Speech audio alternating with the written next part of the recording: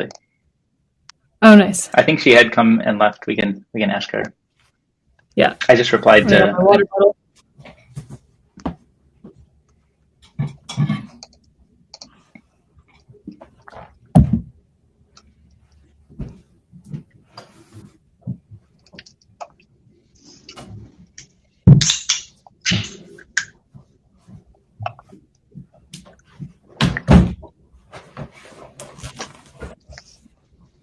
Did you grab a mini lunch yet today?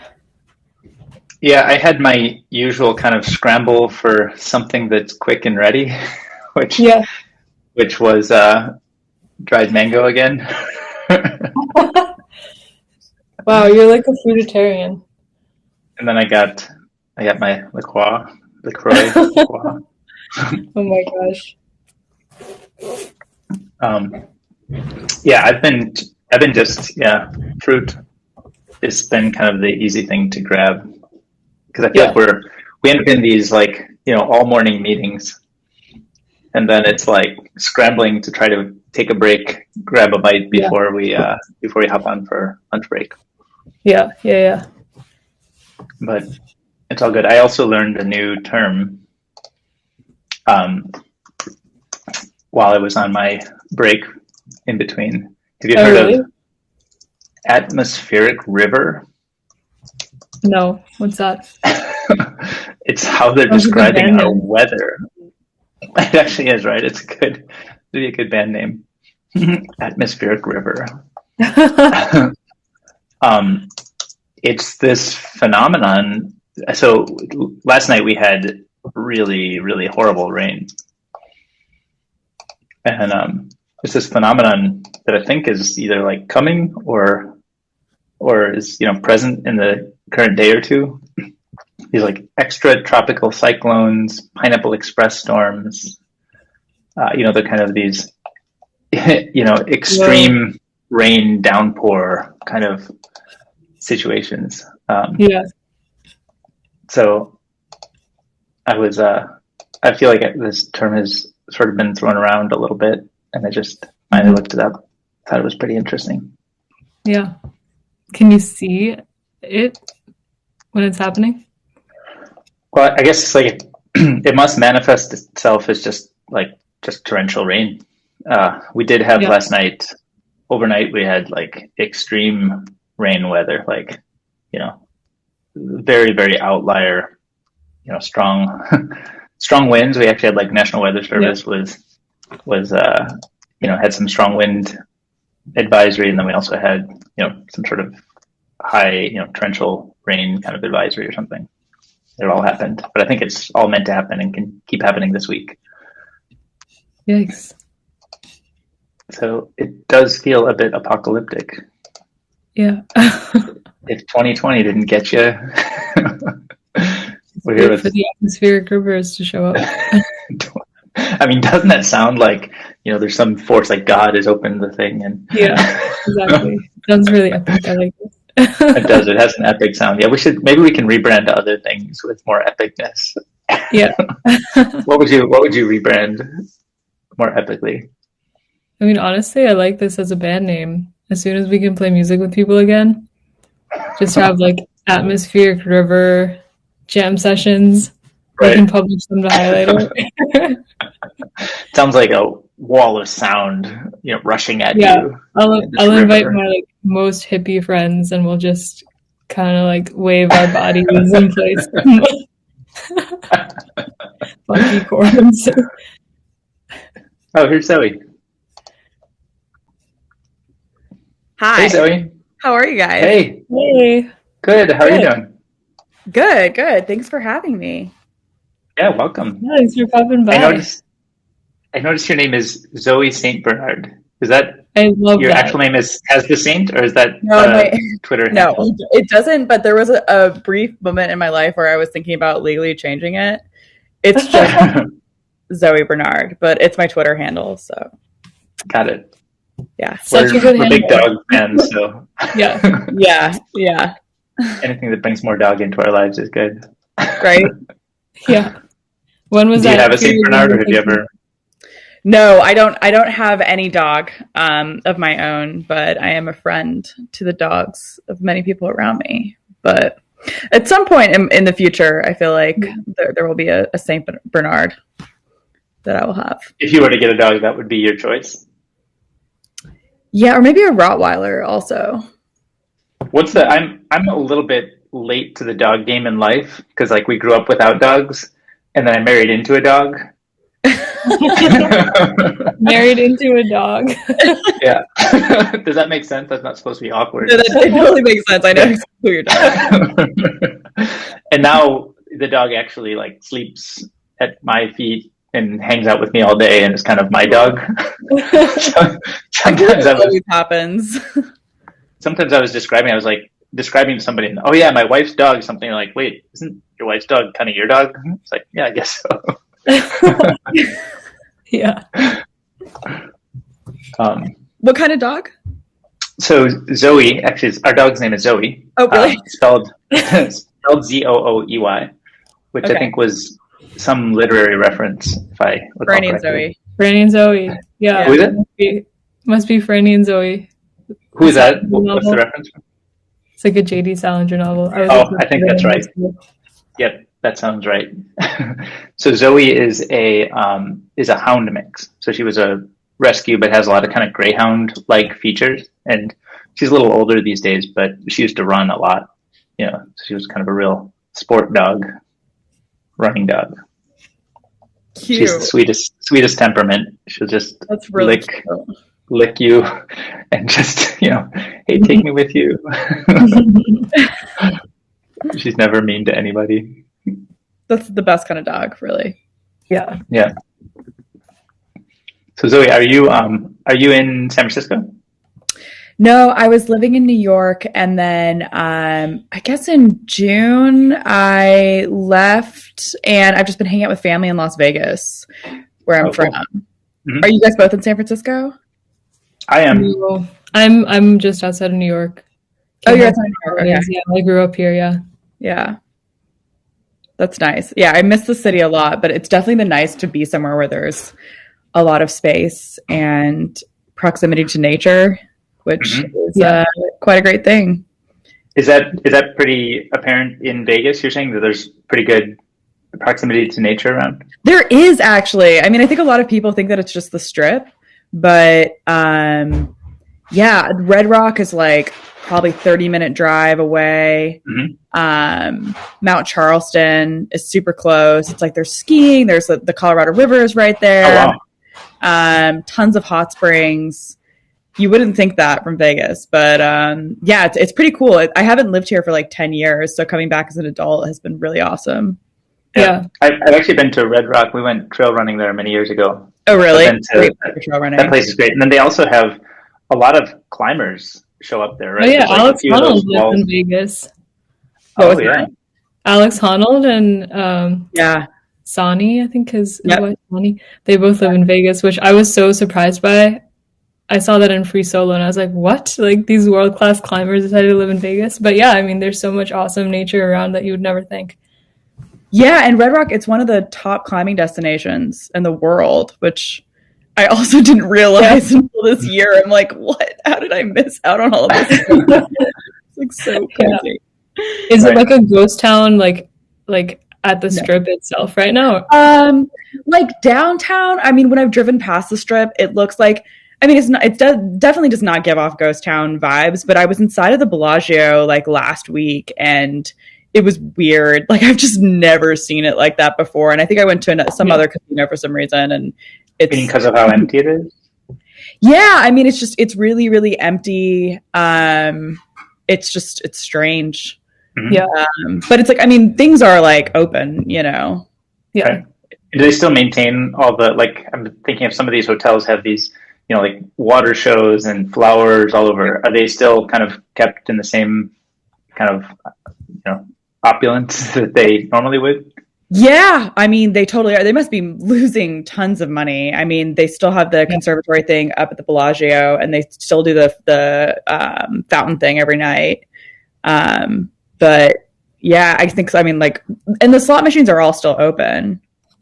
Yeah. Mm-hmm. So People I still guess, come. It's just maybe not as dense. yeah, Tourism is a bit off. exactly. What's happening with the Tony Shea? Is it Downtown Project? Is that something that you're involved with or familiar with at all? Or Yeah, I actually, there's this one, my favorite coffee shop, probably like in the United States, is right down the street from where I'm living now. And it's like Tony Shea was a part of this project and the downtown thing. It's really cool. I mean, he did some really, really awesome stuff. Um, Downtown. I feel like somebody was saying to me that like his investment in downtown Las Vegas is kind of similar to the way that like Francis Suarez in Miami is like funneling all of this like energy towards Right. tech there. And I'm like, I mean, it's interesting, and you can see how much some people are just like really betting heavily against it. And I think the same thing happened because I remember when Tony came to Vegas and I was a teenager and everyone was like, oh, this guy is coming and trying to like fix Las Vegas. Like, you can't be having that. But I think he actually did a pretty good service to the community. Is he generally, the work he did is pretty well accepted, or are there certain factions that are more pro or against it? Or I was talking to a business owner in Vegas the other day, and I heard that his reputation among some of the people that he like invested in is a little bit more complicated just because there was some issue with like some of the investments that he made. I can't quite remember what it was specifically, but I think he's remembered as like, doing a lot of good, but I think maybe the people that were more familiar or on the ground floor maybe have a more complicated view. That's my understanding. from the Vegas community at large, people see it as almost like the way people look at like a Suarez, like pro, good for the community and good for kind of pulling more kind of attention and visibility to it as a tech center. I think so. I mean, I just did this story in Miami, and like the view there was also like really complicated because you have the entrepreneurs who've been on the ground for a really long time, and I think there's a lot of resentment. I think when it's like all of a sudden here he is wooing, the millionaires and billionaires of Silicon Valley. Interesting. And they're like, well, why isn't he investing in us? Like, we've been here for this long. But like, you can totally understand, he's totally doing probably a great service to the community and doing that. My guess is the stuff, if he can attract more people and dollars and investment, that it'll benefit probably people who were there trying to make it work before. So it's hard to imagine faulting him for trying to put the city on the world stage for tech.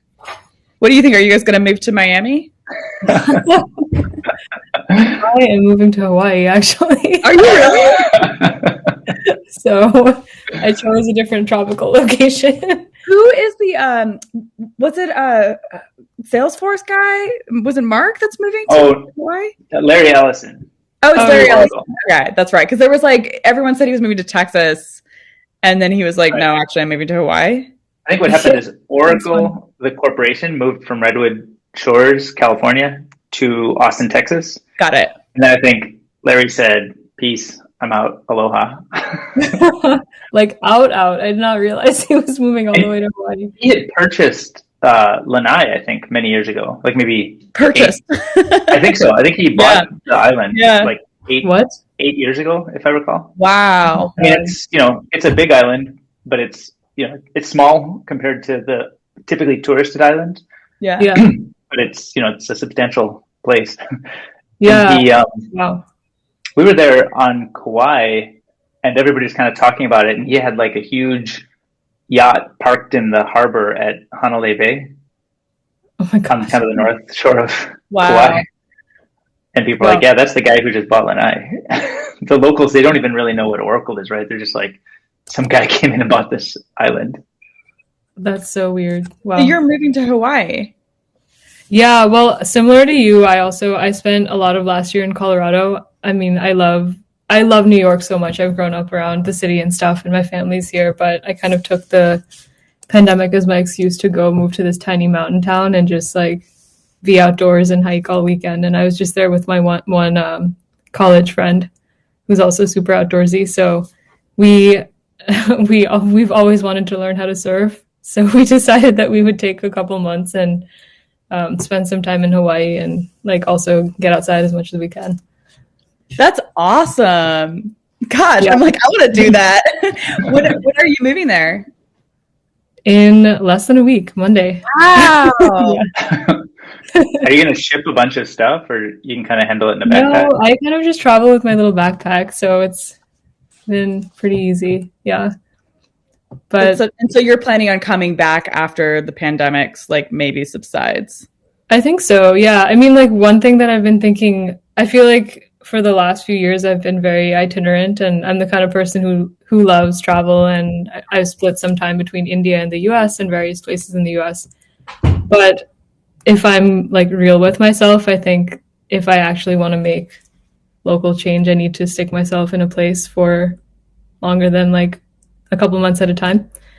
So yeah, I was telling DK this before, but I've kind of been thinking about like where that place should be and how to get more involved in a physical way, like in a community where I live, because I feel like that's one thing that the pandemic has especially kind of illustrated how easy it is to just like float on this meta layer of things. So I think, yeah, I mean, it'll be interesting with everyone moving from SF to these various places, and like how much do they end up rooting in these communities, or kind of how nomadic people end up being. And yeah, also, I mean, I'm sure you've seen really interesting things about how that's changing like civic engagement with all these mayors going on like Twitter, public places to discuss with people who may not even be their constituents yet, but like what are the boundaries of engagement, civic engagement, and like what are productive ways people should be thinking about all that stuff. I know, it's so interesting. Yeah, one thing that I'm really interested in exploring lately is just like this, the way that tech and politics are sort of. I always feel like they were like so. It was like church and state. Like nobody really like they didn't interact. And it's like with Clubhouse, it's like we're seeing all these like really vibrant discussions take place in real time, where politicians are coming in and they're speaking directly to their constituents. And I feel like we're seeing, more people in tech who are interested in running for political office and having this concerted pro-tech stance in Silicon Valley. It's really interesting. Yeah. Do you feel like it will end up being a net good for the systems, or do you feel, I mean, certainly there's probably a lot of positives and negatives that could come from it, but do you sort of have a formed view on how you perceive it? I mean, I feel like everything, it's like Facebook, is it bad? Is it good? It's like, it's a lot of, it's both things. Like, I don't think that the platform itself is inherently evil. It obviously has brought a ton of terrible evil, but it's also brought a ton of great good in my own life. So I think it's really hard to like weigh the pros and cons. Right. It just seems like it's an inevitability that like tech will become increasingly powerful. And it's hard to say whether or not that's going to be like a good or bad thing. There's obvious advantages to living in the 21st century. I don't know. What do you guys think? But then I'm also kind of like, all right, like the singularity is near. Like, I gotta read. Oh, really? I gotta read like 1984 and like Brave New World this year. Like something bad's definitely gonna happen, Right. Do you think we're really like singularity? Do you feel like we're 10 years out, 20 years out? Like 10, 20 years out? I hope it happens in my lifetime, it would be kind of cool too. Yeah. What do you guys think? What's your time horizon on the singularity? When I read the Kurzweil book, must have been 15, 16 years ago, I kind of became obsessed with the idea, and I was like, wow, I can't wait to live to see this, because it's just such a moment in time. And I think I've become like, I think I continue like optimism for kind of the future and what we can build together, but I think it's going to be a while before. I think in that book, if I recall correctly, and I should check again, but I want to say he had some date picked in the 2020s or 2030s maybe, and so we're kind of like in that era now, and it's the era that he had kind of prognosticated on, and I think we're not really that close to like all of this stuff happening. I think most of the like AI tools we have are actually kind of pretty simple algorithms that are, it's not, I don't think we have really had, I don't think we've had dozens of breakthrough leaps there. I think it's gotten a lot more attention. We have new data sets that have come up, so we can do more because we have more data sets uncovered. And I think that is like a bit of a slow build that compounds toward some of the aspects that he talks about in there. But really, like, I think we need like probably a dozen major breakthroughs to get there. You know, something on that order. Like, it's not like one more thing needs to trip, right? And I don't think we're like that close to it. But I think the surprising thing I would say is along the path to getting there, I think we found all kinds of other really messy problems that nobody was really talking about. Like, Kurzweil wasn't predicting the rise of social media and the kind of populist movements that really shape the way we govern ourselves and the way we think about kind of working together and collaborating and what is the nation state. I think actually, like, the sovereign individual, you know, asks some of these prescient questions that, you know, I think are maybe almost more near-term relevant to, you know, you sort of see some of these trends already in sort of like a, you know, a spectrum to arrive at the singularity. It's like, I think almost these are things that we can actually deal with, or that we need to deal with in earlier time, but they sort of shape the path toward how technology gets developed and how it gets deployed and, you know, who controls which pieces of it.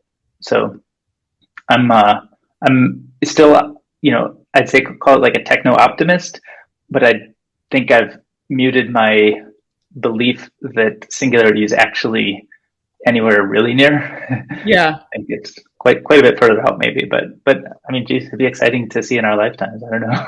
I don't know what it all means. It's funny because I feel like as a kid, like I would think about like the differences between like Brave New World in 1984, right? Like this like pleasure pursuit of society, which kind of like is its downfall in many respects, versus like this, you know, dictatorial governing every thought that you have. And I think like as a kid, I was like, definitely we're going to go the Brave New World route. That just seems to be the way things are. And now I think lately I'm like, no, I think we're like destined for like the 1984 route for sure. Right. Do you think that's more due to like the nature of technology evolution or the nature of kind of policy and power, or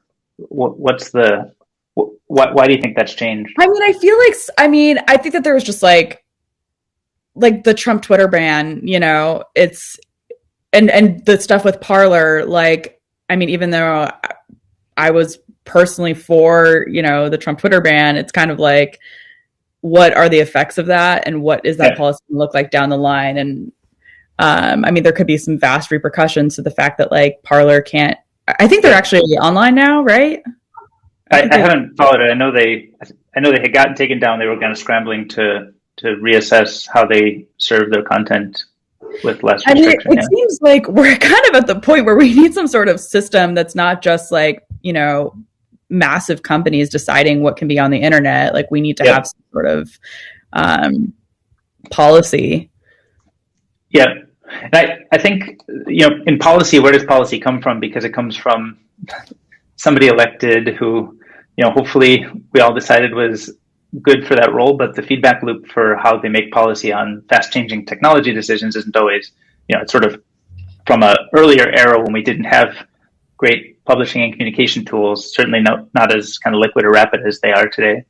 So I think the nature of how that policy gets set also has like dramatic impact in sort of how these decisions get made. So I'm actually optimistic about a more decentralized future of this decision making. Like, you know, I think it's not good for us as a species to have these single points that are making policy decisions around content or communication. I feel like if we could build systems that push that out to edges and let edges deal with how, you know, kind of the taste of what they want to express or how they want to gather people. And, you know, I think that the problem with how these platforms grew up is that they are all like these hubs of cross-pollinating all content from their whole ecosystems. And I think it'd be, you know, the internet itself is a much more decentralized place, right? Like the domain name systems and SMTP for email, like these are things that kind of work. They're pretty resilient. Like you can't just take them down in the way you can take down a Twitter account. And I would like to see that world work better. And I think it's gotten I think it's gotten a little bit lost with some of the like crypto token based decentralization things. I think that's, there's stuff there that I think gets people too focused on like these trading and economics and not focused enough on like the technology developments that could come about to empower people to, actually, have tools to make decisions and express and curate in totally new ways. I have a friend who wrote an interesting piece called "The Diffusion of Power." I'll just share that. I was reading it the other day. It's a good piece, but a bit long, so I'm only 80% through. But it kind of talks about some of these these kind of system ideas around how power works and how it could be distributed. That's really interesting. It seems like we are nearing a decentralized future. Yeah. Are there any aspects or like tools that you've been using that, maybe help you manage your digital sovereignty better these days? No. I never think about. I was literally. Are you in terms of like privacy or like what do you mean by that? Well, I guess like maybe like a very simple example might be if I mean you're a professional writer, so maybe it's not as applicable how it would be to kind of hobbyists, but hobbyists can either choose to like publish on a platform that has kind of central kind of say mixing and distribution and sort of taste making ability versus, start a WordPress or Ghost blog, and they kind of then can maybe host it at their own domain, own their own sovereignty. Nobody can really shut that down. So I think, that's the first example that comes to mind, but maybe not appropriate for kind of the style of writing you do because you guys are part of a larger organization. But, I think people sometimes are hosting their own personal email at their own home. There's a service called Helm. I don't know if you've seen Helm. It's I think it's helm.co if I recall. No, that's not it. Sorry. But it used to be called Privacy Labs. Jiri Srinivasan is the founder. They make an email server that you can run at your home, and you just plug it into the internet, and then that you sort of control your own email. So if you had your own domain, you can point it to that email server, and then you're not reliant on like let's say that you otherwise might use a Gmail account, but you're not reliant on Google's approval to use your email. You can actually just use it independent of Google's agreement that you should be allowed to. So I think it's one step towards decentralization.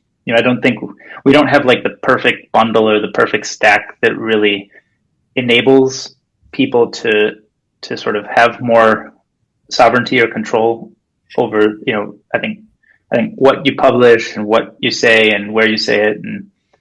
And I think, Bitcoin is an example of this in kind of the financial side of the world. But I think there's a lot of these tools that are like raw and coming to be right now. But we're still, I feel like we're first inning on basically all of it still. Yeah, I think that you're definitely right. I mean, you definitely do see a lot of reporters the Substack thing, and everyone's kind of building their own platforms, and Twitter has obviously been huge for that. Mm-hmm. What's your take on the phenomenon? Yeah, I was going to ask, like, we were talking about this a little bit yesterday as well, but like advantages and disadvantages of kind of like striking it out as a writer on your own or starting a writer collective, like Nathan released his announcement about his bundle yesterday, versus working at like maybe on one end is like the Wall Street Journal, New York Times, like these storied institutions, but then also more like startup type media collectives. I mean, I think it's really cool. Like what Nathan's doing is really awesome. And I think he's bringing in like a ton of unique voices and voices that are not like just typical reporters. I feel like is Jen working with him as well? I think he's got she's part of the community. Yeah, like it's just like this really great group of thinkers, and the way that they approach tech, and like so many of the newsletters that I've been reading aren't they're not from tech reporters. I think it helps when you have, but then there's also, and now I'm thinking about it, like even some of the top Substackers are like ex tech reporters who are getting these like really well sourced investigative stories. I think it helps when you are doing maybe more investigative, hard hitting reporting to have an entire newsroom behind you and to have those resources in the legal department, because I just can't even imagine as like, if I was on my own and I had a Substack, but then someone gives me like an incredible, crazy tip that I know that I'm going to be up against a lawsuit. I definitely want the protection of like the New York Times or the Wall Street Journal or whatever it's going to be. But I mean, it's really interesting. I think Andreessen Horowitz's move this week is super fascinating. And I've been, hearing that other companies are maybe looking to do the same thing in terms of just like really doubling down on their own content. And I think, a lot of people at Andreessen have been thinking about this for a long time. And now, they own equity in all of these like companies that would sort of allow them to own equity in reporters. I just think it's really interesting. Yeah. Do you think that any of the kind of the Nathan style experiments, like let's say that they were to get really big, do you think they could someday have some of those other platform services, like you mentioned, a legal department to help defend in case there were? Is that kind of the path that we're on with that? Watching that kind of thing. I think Substack did that already. Okay. I'm pretty sure that they offered some sort of legal tools to their freelancers. But yeah, it seems like they could definitely do that. I think it helps to have the stamp of legitimacy, but it's really interesting. I mean, they are obviously legitimate, but it's interesting to see what's going to happen. Right. Do you think that the phenomenon of Substack is kind of tightly coupled? I guess my experience as a consumer of the content, it's oftentimes feels like, business oriented content that I think people would normally be comfortable for paying for. And I wonder, do you think that is it more kind of focused in that way, or is there kind of a diversity of kind of topics and flavors and interests all over the map? It's not just things that people like would there be a gardening Substack that people would actually pay for? And sort of, for sure. Does that stuff already exist, or is that kind of we're just starting where we are? I mean, it does seem like you have all of these like different news services that address like the needs of the consumer, but I think that people are looking for this. I mean, obviously people are really looking for like a highly curated, almost siloed experience where they don't have all the like, it's like you go to the New York Times homepage and like you've got this like there's tech and business and there's all this like it's my one stop for the news for the day, and that's great. But like if I want to get a little bit deeper into a certain topic, I would love to have like a Substack that's just like I'm now getting into rock climbing. Like it would be cool to get like learning how to rock climb, but and a lot of that stuff does already exist. Do you think that model of kind of moving to a direct pay, does it enable something? I think people have been, lamenting the downfall of local news and kind of local reporting for, I think, Craigslist was one of the first to really, evaporate some of that, the monetization that supported that in the past. But do you think that kind of direct pay and kind of smaller audiences with, larger order magnitude per user in dollars, is that something that enables local in a new way? And if we've seen anything really, working there? I have an example of this actually. One of my colleagues who was covering Google for the information, Nick Bastone, he just left to start a local newsletter, and he was like, I feel like this is the time to do it. This is a really incredibly interesting moment in SF's local history. So it's called SF Minute, and I think he's got a ton of subscribers already. So SF Minute. So yeah, let's find this and we can share the link. So SF Minute it's a Substack, because I'm typing it into Google. I don't believe it's not on Substack. I'm gonna look. Is it the SF Minute? The SF Minute, yeah. I'm just going to News You Should Know. Yeah, this looks like it's a Substack, maybe. Oh, that's cool. Substack. Wow, we should chat with him. There's so much. Yeah, this is awesome. Like, news. Yeah, this is also if you guys want me to introduce you to him, I would be more than happy to do that. Yeah, this is also one. It reminds me. Do you know the publication Berkeley Side? No. So Berkeley Side is this publication that I think it's probably grown up and it's been around for probably decades. It's a little bit of an institution, in Berkeley, but Berkeley has a certain character and flavor to how everything runs there. Mm-hmm. And so people have been asking, is there something, actually we were talking to Nabil Hyatt the other day, and he was kind of asking, is there a question about, is there a question like the way Berkeley Side works, can that work in other places, or is there something that's so Berkeley about it that it can only really work there? And actually, it's this SF Minute thing works. I think that would be at least one other example of something in the same flavor as a Berkeley Side that could, it could be like a next example of how to expand that. That's an interesting question. Like, what are the characteristics of a community or locality that make it ripe for this sort of like kind of very individual led local journalism to succeed? Yeah. Like, you need people who are willing to pay for it, and you need, I don't know, like someone with enough either like experience or connections that they've built up in their previous career as a journalist, or just, I don't know, able to like dig out interesting stories that like fit that subscriber base's taste. So I don't know. I don't know if I could imagine something like that working in this tiny, like, random town that I'm living right now in New Jersey. I think it would be fascinating, but I'm trying to think about maybe it's like major metro areas or whatever that it would be the easiest. But well, it seems like inevitable that San Francisco would be like the ground floor of that. Such a well-covered city, and to have the reporters who are taking an interest in local news, like my colleague was like, or ex-colleague, I guess, he was like, he wants to just start his own thing, and taking that entrepreneurial spirit that's so such a big part of Silicon Valley and applying it just seems inevitable. It's interesting. That could really be the direction of local news. It's just like a number of Substacks by like very dedicated reporters. Yeah. My optimism for that is that I think Substack, kind of enables people to begin as hobbyists. So I think if you wanted to start, the Berkeley Side of San Francisco or the Berkeley Side of, I don't know, Phoenix, Arizona or something, it feels like a heavy lift to be like, okay, create the newsroom, find the distribution.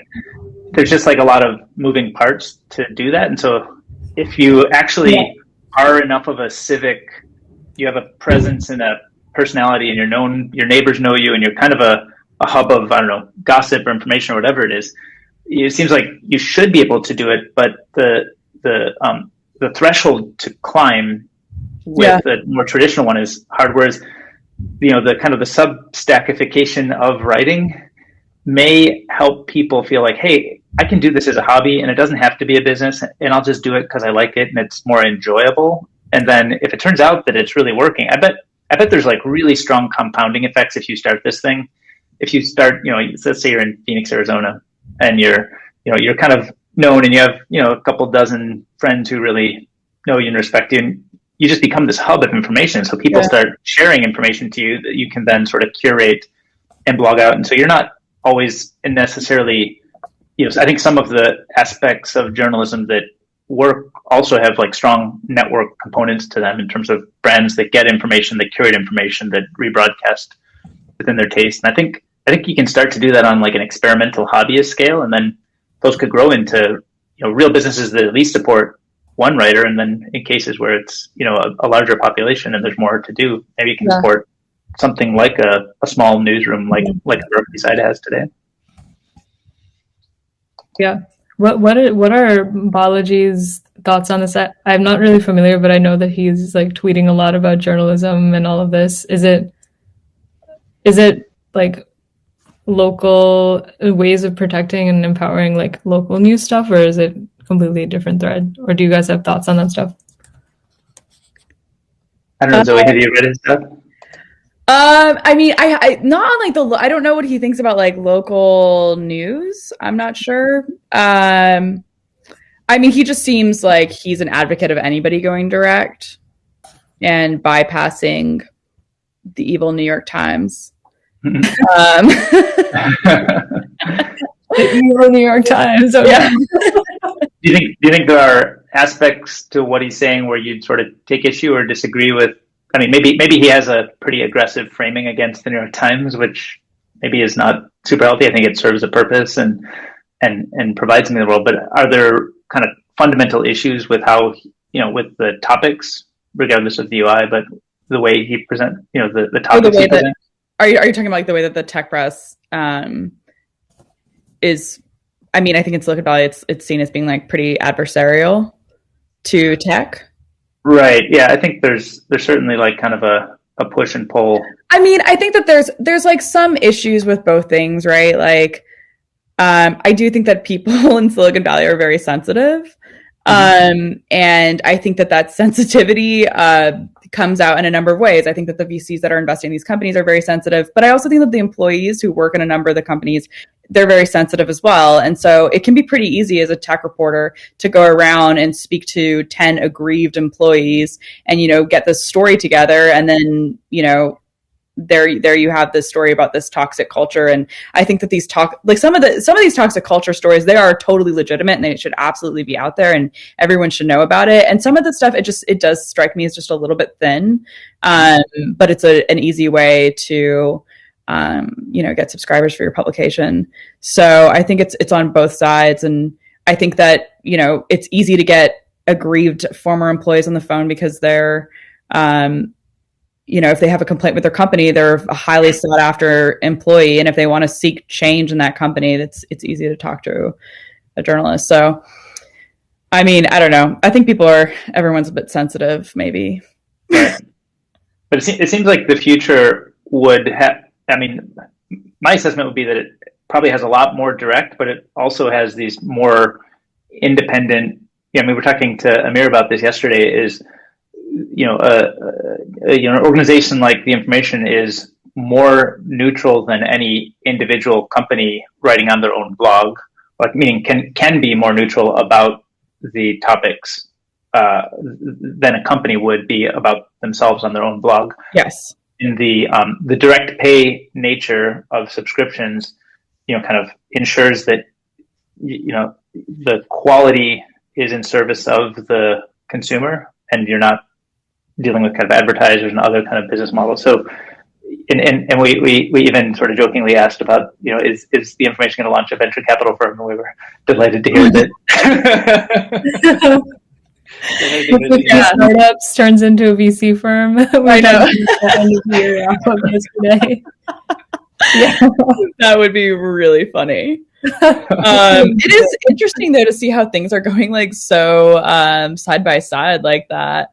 Like all these venture firms are so eager now, it seems to, have their own like media branches, and it is interesting. Yeah. One thing I think this question is kind of intriguing, going back to the, like, just thinking about people entering more and more direct pay relationships with their news providers, especially when those providers are individuals. I feel like in discussions I've been in about this, a lot of people are like, okay, well, is that actually bad if we're worried about people getting sucked into political silos? Like, everyone always talks about how Facebook kind of shows you the feed of like just other people with similar views. So if you're literally paying someone to give you your news, you might be even more prone to falling into echo chambers like that. But I think that almost raises the broader issue of whose place, who is best positioned in society and like in these relationships to even help people avoid echo chambers. Like, is it, and to what extent can you? Because people are going to seek out in their social lives and in their online lives, like, some sort of sense of community with others who are like-minded.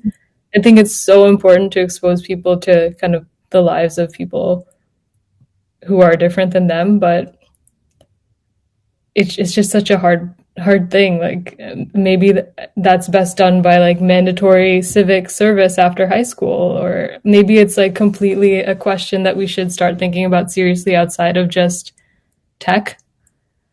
But I wonder if either of you guys have thoughts on that. Oh man. So depressing, you know. I mean, it just feels like you're absolutely right. It's like I just feel like everyone has made Facebook like the boogeyman in so many instances for just like the downfall of society and like, you know, all these social media platforms. But it's like it's going to become an inevitability with all of these newer platforms as well, right? Like to your point, like Substack is next, and then Clubhouse. It's like they've already had all of these issues and like all these bigger, newer platforms that are blowing up right now. Or you know, even us in this conversation, we could come back every single day and like talk, and we could watch the next QAnon right here. I don't know. Mishti, are you in? Yeah. If you guys want to do it, I'm down. I can be back here tomorrow. Let's go back to dogs. We were.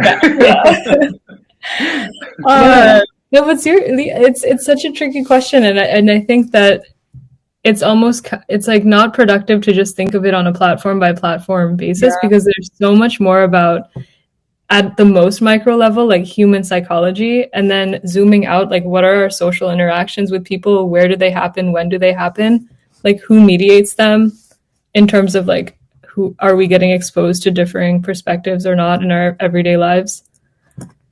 So yeah, I feel like I've been a little bit frustrated by the discourse around this, in that maybe I feel like good discourse around this is not really existing because people are so focused on like, oh, let's criticize Substack or Facebook or whatever.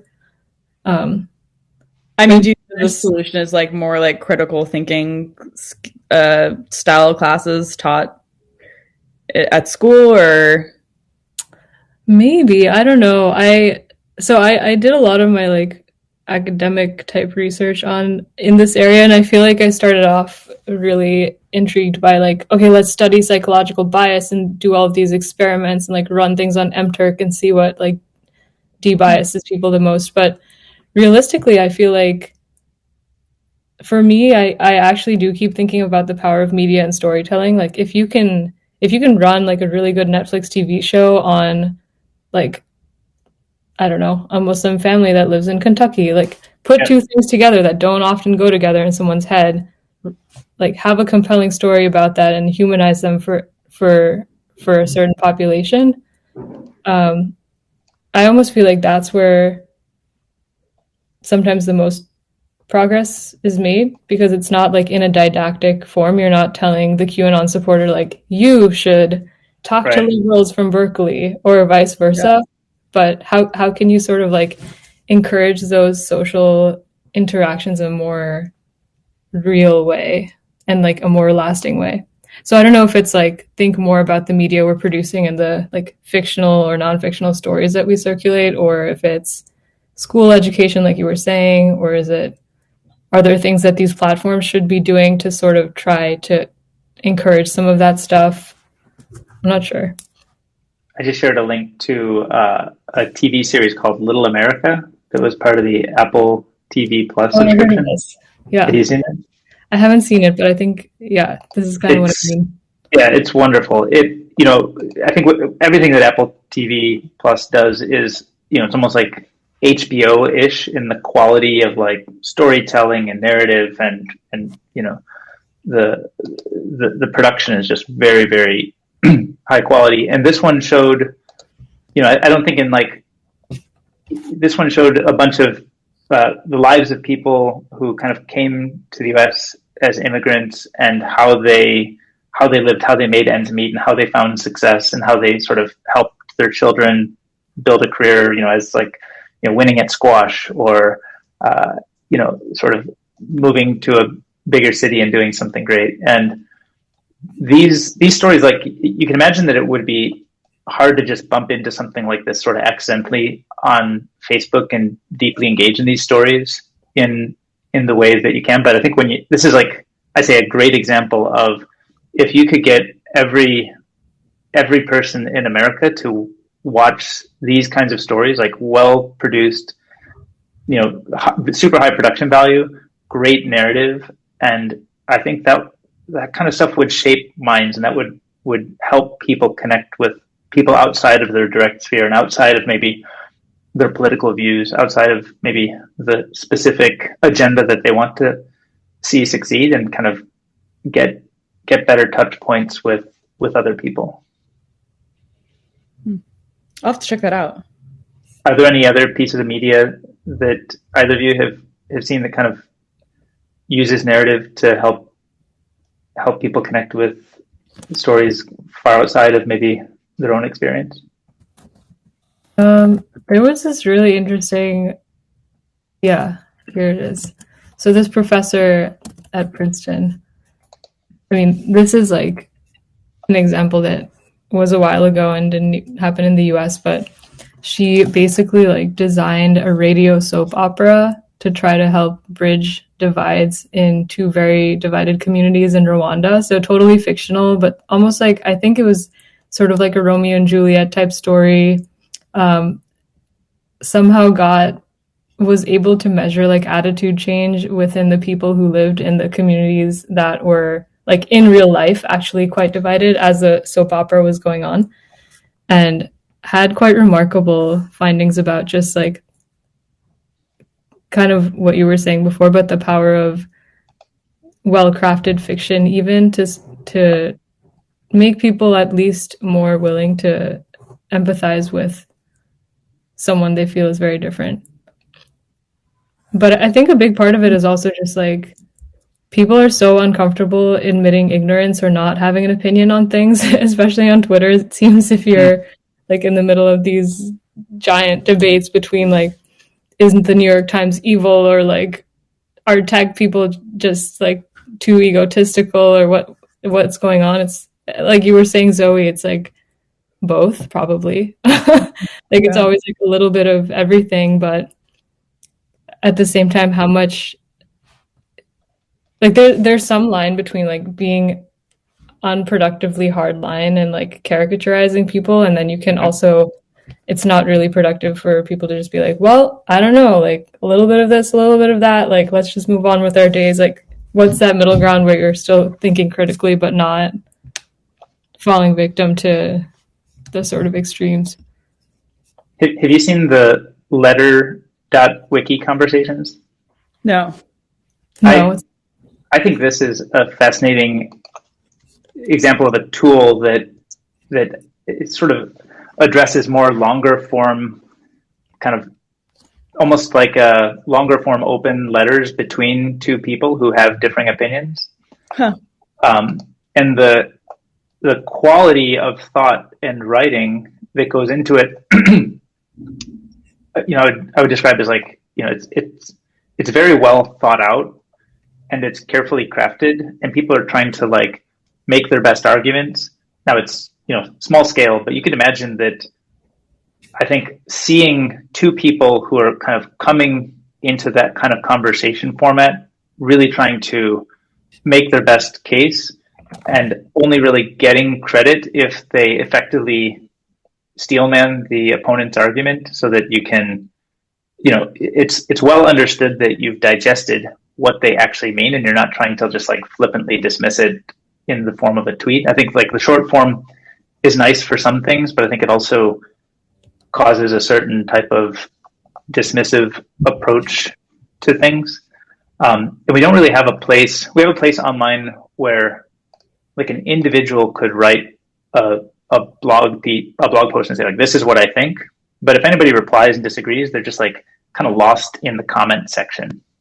And that feels like a kind of a power mismatch. You don't really get to engage as equals and curated on a topic. I think the nature of blogging is more like, this is me, this is my platform, this is what I have to say. And then, the minions can collaborate in the chat. And I think this platform actually nicely takes people together, gives them sort of a prominent stage to share together, and they write deeply, and they have curated topics and people. So I would love to see more of this. I don't know to what extent this is kind of being used more and more, but I would like to see stuff like this. I think it would help people see more sides of an argument and have like a better ability to I think everything's a complex issue, and so having a better ability to just articulate the complexities, so that we're just all in agreement around like, what are the trade-offs we're making when we claim X or Y. Yeah. I've got to hop, guys. I gotta get on this next call. Okay. Thank you so much for having me. This was great. Yeah, thanks for dropping by. This is great. Yeah. Conversation, and good luck on your move to Hawaii. Thank you. Yeah, great to meet you. Great to meet you. Okay, see ya. Bye. Bye. Thanks. Take care. So now we get back to our regularly scheduled programming of reading Twitter. Did you see the SF Minute? The top link is this Chamath for governor. The title of the article is "Atmospheric River Arrives." Oh, really? Oh, wait. Yeah. I'm gonna check that out. Atmospheric River arrives and prominent VC to challenge Governor Newsom. So exactly that atmospheric river that we started with. Feels like we always end up readdressing the earlier chat topics. Yeah. Oh, I just found LetterWiki's Twitter also. I tweeted out a couple things from this. I don't do, just on. You tweeted out a couple things from our just recent hour? Mm-hmm. Okay, cool. Okay, I'm checking out SF Minute. So you said LetterWiki has a Twitter account where they share things? Yeah. Okay, let me find that because I can't find their Twitter. It's just at LetterWiki, I think. Okay. Just direct nav there. Yeah. Oh, I see this now. Atmospheric River arrives. Prominent VC to challenge Governor Newsom. I thought this was a joke when I first saw it. Meaning the fact that Chamath might run?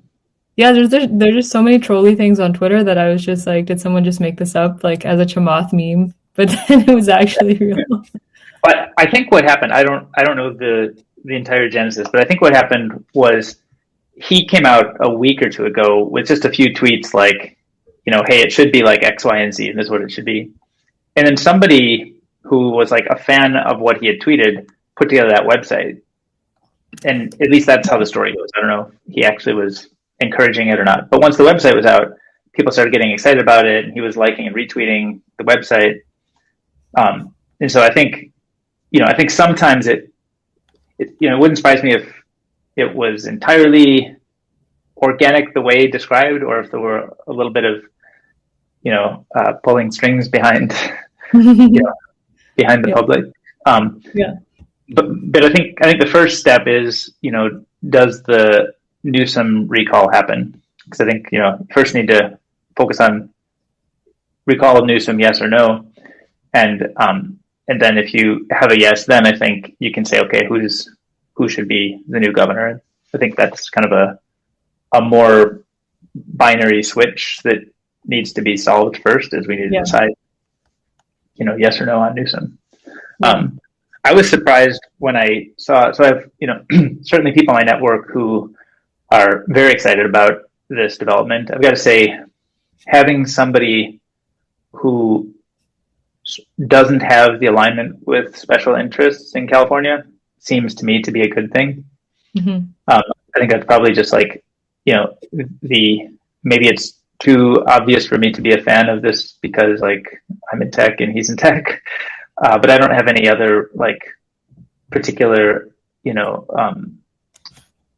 ideological allegiance to his political views. I think he's generally like left of center, but very reasonable. But I don't find a lot that I would like disagree with him on. But I do think there's a lot of people who are very excited about this, and I'm shocked that it's as challenging as it is to actually execute a recall. So I was looking at somebody was sending me around. Let me pull it up. Somebody was sending me around some website. Okay, recallgavin2020.com/petition. Yeah, so I don't know much about how this process would work. Do you? That's what we've done this before in California. So we recalled Gray Davis, as governor in order to install Schwarzenegger. That was probably, I don't know, that was probably 15 years ago. Let me look up. Recall Governor Davis was probably like 15 years ago. California gubernatorial recall election. This was 2003. Yeah. So, even in my time as a California resident, we've done exactly this. So it's not ancient history. It's recent. Yeah. I think it's very clearly like first do the recall, then do the next bit. And I think Chamath has suggested, that's sort of the process too. But the thing that I found most kind of shocking or surprising about this is that it appears from this website that I shared that the only way to actually do a recall is you have to like print out a letter size, like to fill out this petition, you need to print out a letter sized, you download this like PDF, print it out, and then use pen and ink and then physically mail it in. And it sounds like, oh, this is like an important enough issue. Everybody should just do that if they care about it, right? But like, I don't own a printer. I mean, why would I have a printer at home? What do I want to print? It just seems like an acronym. I also don't own like a monocle and a timepiece. Oh my God, wow. Now I feel really aged looking at this room. Well, I think if there were ever a printer made that worked, I might choose to have one.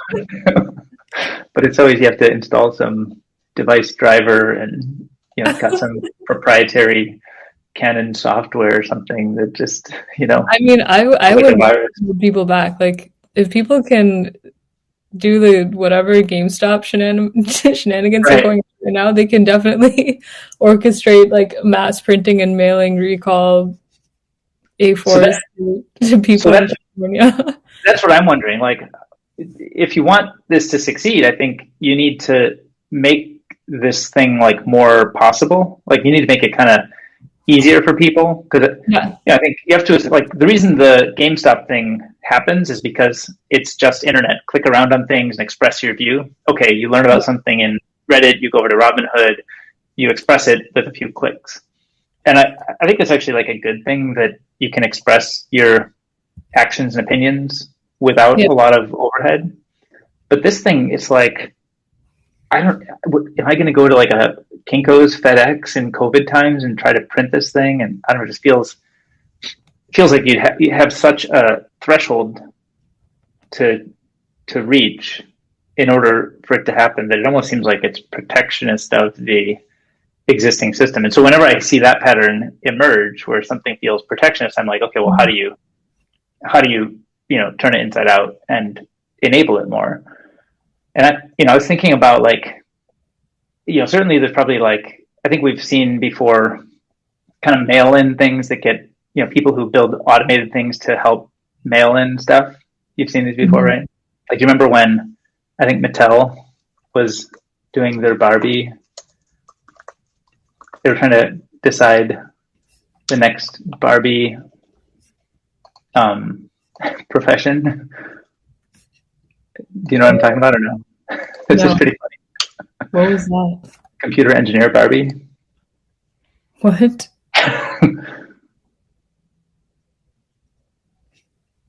So I think what happened was, 2010, Mattel invited people to vote for Barbie's 126th career, the first instance of this in the company's history. Voters were able to choose between 5 choices: computer engineer, architect, environmentalist, news anchor, and surgeon. Although girls preferred news anchor, computer engineer was the most popular choice in online polling, partly because of promotion by the Society of Women Engineers. Oh, maybe this was not as strange as I thought. I thought there was some example of like an online voting thing that kind of went a little off the rails and people got, actually, how about Bodie McBoatface? You know Bodie McBoatface? Oh, yes. I love that. So that's, okay. Maybe that's more apt. I seem to have recalled this computer engineering thing as like kind of a voting prank almost, but it seems like it's actually much more straightforward. But Yeah. Bodie McBoatface is definitely like a prank, right? Yeah. I love that so much. Did they end up It's so actually good, right? naming it? Yeah. I think they did name it Bodie McBoatface, and then they kind of had like an alternative name that was kind of like the non-ballot, aggressively ballot distributed one. Yeah. So, like, is there a way to, simplify voting or automate voting on this so that certainly, you only want the right number of votes to be cast, but you want, in a sense, you don't want to disenfranchise people by requiring that they own a printer or will go to a Kinko's during COVID. I think you should be able to express your opinion online just. And because that doesn't exist, I think it's much more challenging. So anybody who cares about this issue should be willing to do something to simplify it. Or, some set of people who care about this issue should be willing to do something to simplify it. And so I was wondering, like, would it make sense to just like one person in a neighborhood go to Kinko's, print out like thousands of these, and then do like a next door hub where people can drive by, sign, ink, and paper, pen and paper and ink. That's kind of what I was thinking. As like, I'm sure that he himself could probably just pay to print as many things as he needs and just like dispatch them out to people. It could all. I'm sure it would still, the genesis of like the momentum would still be online. Like, if it became this sort of meme that people sign up, then like sign on to. Right. I'm not saying that in a derogatory way, but just kind of like this like internet zeitgeist almost. Yeah. Yeah. I think the physical part, the real world part of it is pretty easy. Just like logistics to figure out. Yeah. Yeah. So you could imagine something like like the concept of like the self-addressed stamped envelope. Mm-hmm. Could you have like government addressed envelope? Yeah. So maybe like I could go to a website, I could put in my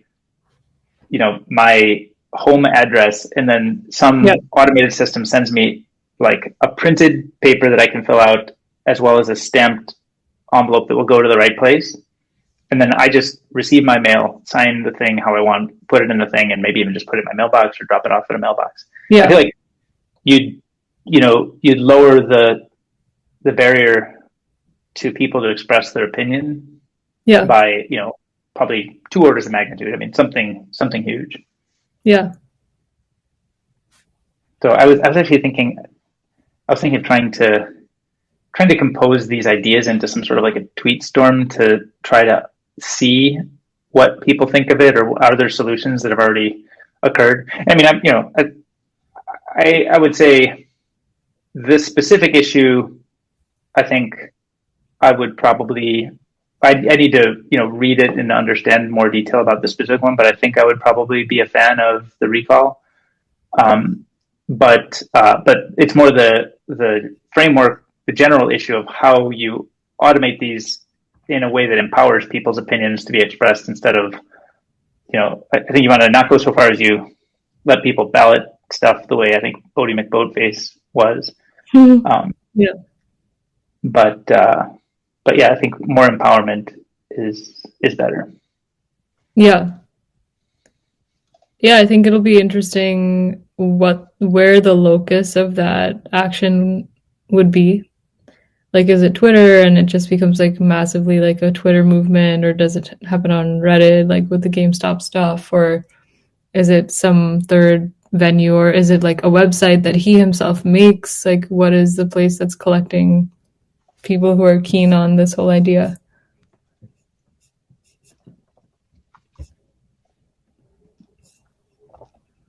But also, I didn't realize that. So the background story of him even deciding to do this was kind of just like something that started on Twitter. Like, the locus of that energy was online conversation. I mean, I think he tweeted something a few weeks ago, if I recall correctly, that was kind of like, his plan for California, like almost, I wouldn't guess that it was totally flippant, but it wasn't presented as if it's like, here's what I'm going to do. It was more presented like, here's what should be done. Here's Jan 16th. If you recall Gavin Newsom, here's my platform for governor. Here, I'll share the tweet. So, number 1, cut California income tax. Number 2, free education vouchers for all kids. Number 3, $2K for every new child born and raised in California. Number 4, make California the global center of all tech and climate jobs. Who wants them?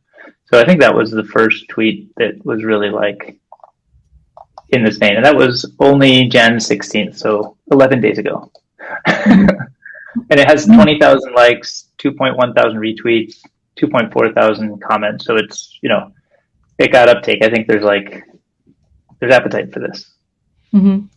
And then I think what happened is he got a little more serious. Well, I don't want to describe how serious he was. That might have been very serious. But then somebody else took that and turned it into a website. He then gave further description on my pledge on education, which I'll share here.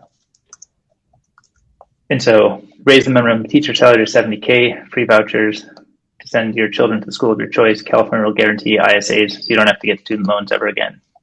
And so then he seems like he's at least mounting in his presented, certainty or realism around this.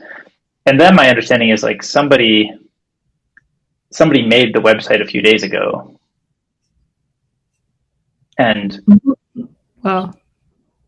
Let me see if I can find that. And he kind of was like liked it, retweeted it, but for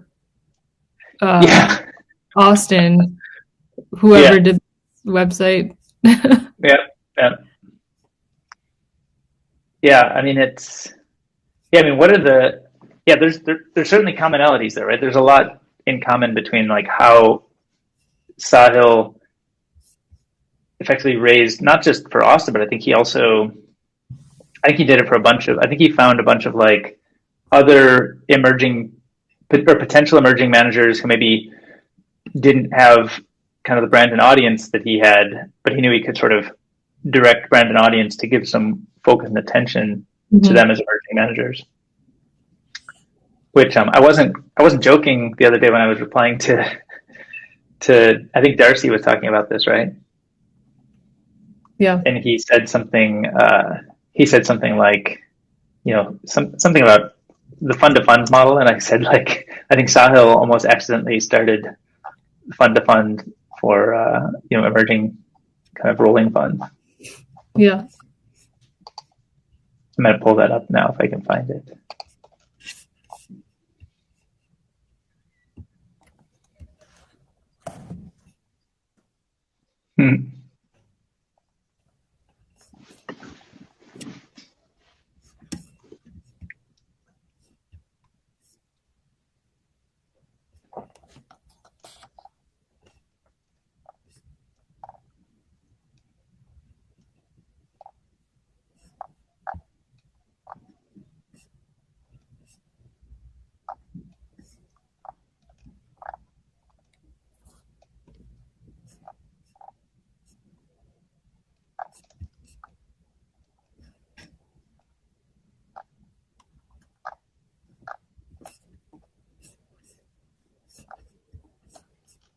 How did I miss it? Maybe it was in reply to something.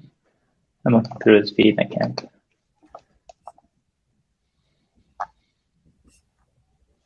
I guess I should start at mine because I don't tweet probably as much, and I can.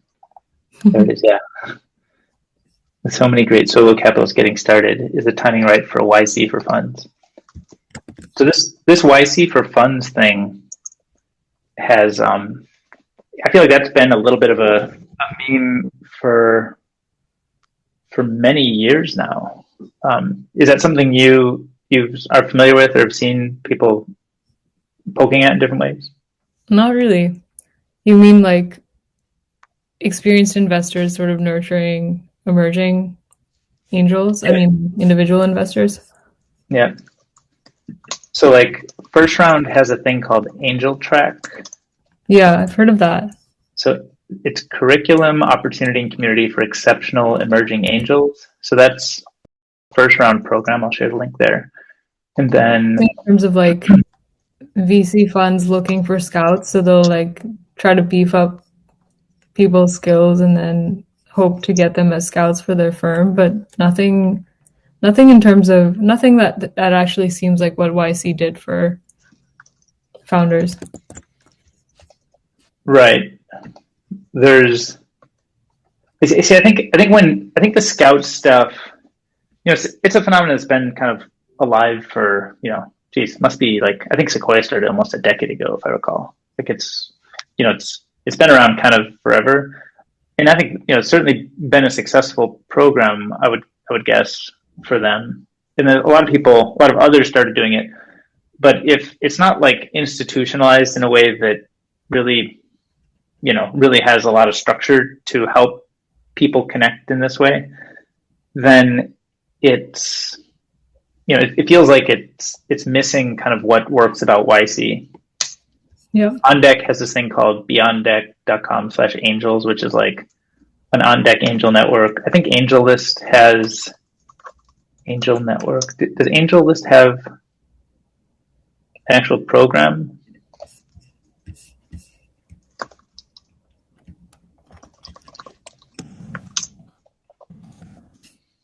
I seem to think that AngelList had something in this space, but I can't seem to find it right now. But I think the scout programs are like fairly, kind of like one-off, even when they're operating at some scale. I think they're, not as connected or systematized. And then I think I'd say a few years ago, I think things like Angel Track or like the first round program, I think the first round program, the On Deck program, I think AngelList had a program. But I think these things all started a few years ago, and I don't know results if it's generally seen as successful and has sort of, brought in new emerging managers and brought in deal flow for the larger firms. I don't know who would rate that as like very successful or modest or not. But I think the thing that Sahil is doing is ultimately like a very low stakes, lightweight way of doing Angel Track, right? Mm-hmm. And we haven't seen anybody do the lightweight experimental version of it yet. I mean, Sahil is like the first example of that.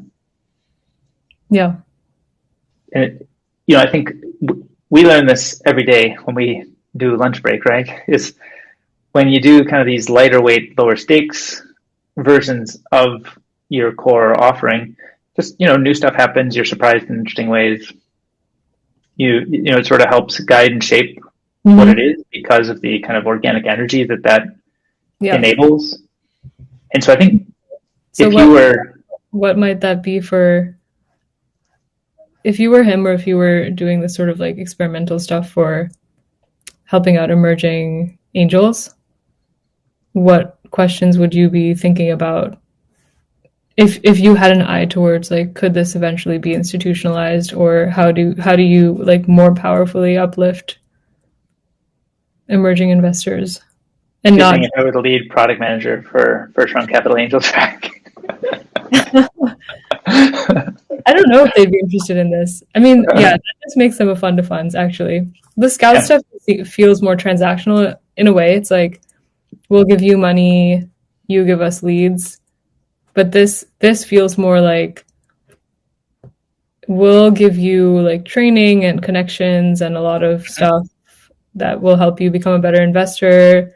You'll give us, I don't know what, like some portion of your eventual carry, or I'm not sure how I think a lot of it is like just more touch points, like ecosystem touch points. So just like your ground game, you get more looks at more things. Yeah. Right. So if you're a larger platform, it was like scouty in that sense. Like you're looking to just be where you can physically be all the time. Yeah. If you take like a traditional GP structure with 2 to 6 or 8 partners, you can't turn over all the rocks, to find the magic. And so, I think having some sort of networked approach to that, I think everybody agrees that having a networked approach makes sense. But then the question is, how do you actually do the networked approach right? And I think the Scout program is one attempt at the networked approach. And I think, probably most assessment would say the Sequoia Scout program worked well. Maybe I think, Uber itself being in that probably paid for, the whole program, but I'm sure there's other great stuff in there too. But it doesn't feel like it's systematized and when I say systematized, sometimes I don't use that with the optimism that I'm using it with here. I think it actually, was sort of maybe is too diffuse to matter relative to what some of these other newer brands tried to do a few years ago. I feel like kind of the first round angel track probably it feels like it's 3 years old or 4 years old or something. It's not 6 months old, right? And I think we've sort of migrated to this new experiment, which is what Sahil's doing, which is just like, okay, I'm going to raise your rolling fund. Like raising the funds has become, in a sense, accessible to more people and can be done in a more public way, which was not the case before. And I think by doing that and taking somebody like Sahil, who is a hub of audience and influence and interest in this category, he can actually help direct that. And, there's one thing is helping direct funding from LPs to emerging GPs. That's like certainly one important function that he's kind of already proven ability to do. But you could take then that and, effectively just start a Slack group for everybody to get together. And then, maybe step 2 and 3 is like get famous angel investor X or Y in to come talk to your Slack group and share learnings and knowledge and talk about like patterns and right. And then it starts feeling a lot more like the YC type programs for founders. Yeah. Like being in that Slack group is like a privilege. And the way you get access to the Slack group is Sahil, you apply to some program that Sahil has a web form and you write about your interests and you write about how you think about investing and why you want to do it, just whatever. You tell your story. And then he curates and selects and, directs attention and ultimately causes the redirection of dollars to those emerging managers. Yeah. And it all happens in like such an organic way that the newly emergent, like the people who wouldn't have seen themselves as appropriate for the first round angel track program because it has a little bit too much structure, or they didn't have connections or brand to get selected by Sequoia to be a scout. There's like you have like lower stakes ability to get people connected and information and knowledge sharing going. So I almost feel like it is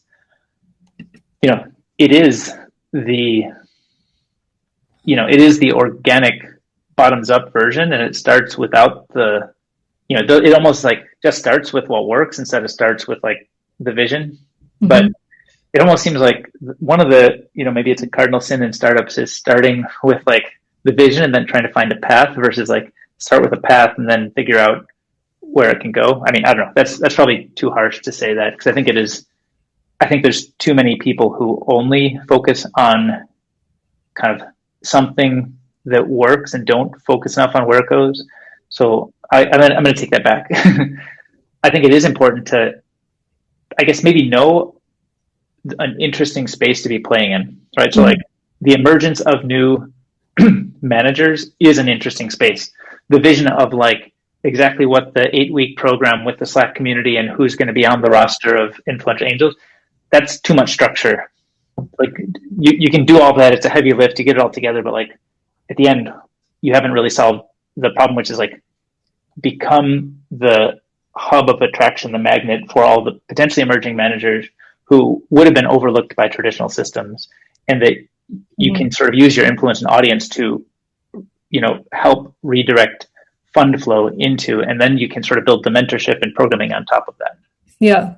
Well, just to make sure I'm understanding what it seems like, even the kind of more institutional programs could attract that kind of community and like ambitious, young, hungry type investors. So what's the main difference in your head? Is it just that the selection criteria would be different and like in one case less suitable for finding the truly like most interesting types of people? Otherwise they seem very similar in my mind almost. Yeah, I mean, I would, by the way, I'm just kind of, off the cuff, my perception from being like vaguely associated with this. I'm not actually involved with any of these programs. Yeah. So I'm just like, armchair speculation from about 100 yards away. Yeah. But I would bet that Sequoia doesn't, I think Sequoia, fantastic venture firm, great returns, everything they do, turns to gold. So it's like, it's not a knock on Sequoia as a firm. I think they do a great job, but I think the Scout program doesn't necessarily have like an online format where you can apply to be a Sequoia Scout and explain, despite the fact you have no track record, why you may be uniquely suited to it. So you don't need to know anybody. The door isn't that accessible even. Like applying isn't right. So I think actually, it comes down to like having a Google form on the web. Yeah. That you actually use as your selection criteria. Is that the main differentiator? Like just the accessibility of getting some person's eyeballs on your form? And then if it's crappy, they will ignore you in either case, right? So. Right. But in what cases would, I don't know, in what cases would like an angel trash someone's Google form application, but like Sahil wouldn't? Sahil would have to know something that first round doesn't, or they care about very different kind of indicators of intelligence or status or whatever, which I feel like the whole industry in general is moving away from. We need Ivy League people who have been consultants or whatever, like the traditional pedigreed background of an investor might be. Mm-hmm. Ex-founder of at least 5 startups. I don't know, whatever. I'm just making it up. But then it just comes down to sort of like when we were talking about the future of college and stuff, it just comes down to whose selection criteria do you trust more to find the like uncovered gems. Right. I don't have like fully formed thought on exactly what is the right thing, but something, it's almost just more like, an instinct that they like the very organic nature of Sahil tweeting means that like people see that who may not visit a website that's designed for people who see themselves as future venture capitalists. I think there's probably a lot of people who follow Sahil on Twitter who don't see themselves as future venture capitalists. And I think there's very few people who visit a website for a structured program who visit it despite feeling like they probably don't qualify, or they're not sure who to talk to about this, or they're not sure if their background is right. And I think that is, I think that's kind of like a pivotal distinction, which is he can then take audience and ideas that are kind of light touch, low stakes, and he can just tweet like, hey, you don't think you want to be a venture capitalist, but you think you might know something about it? Why don't you just apply here? You can say that to the world, and the world will listen. And especially because he has now proven that he can do it almost, I don't want to call it a joke, but it was kind of like it was more mimetic and internet-y and retweety than it was like planned. I don't want to fully describe everybody's intentions, but like at least that's my perception. And I think that's my perception of I think Sahil basically does stuff that interests him, and he doesn't necessarily like structure a lot ahead of time, which is I think a good lesson for people to observe about his style. Yeah. Although, like first round could also do this. Like they could have their younger investors kind of tweet out, and it just depends on like who people's audiences are, right? Like, and a lot of JDs I've been seeing like, oh, you don't see yourself as a traditional finance person, it's fine. Mm-hmm. Like we really want people who are not that. And so is that message actually reaching the right people or not? I think there are pros and cons to the more formalized way. Yeah. I think I'm also like attracted to the organic sort of experimental approach, but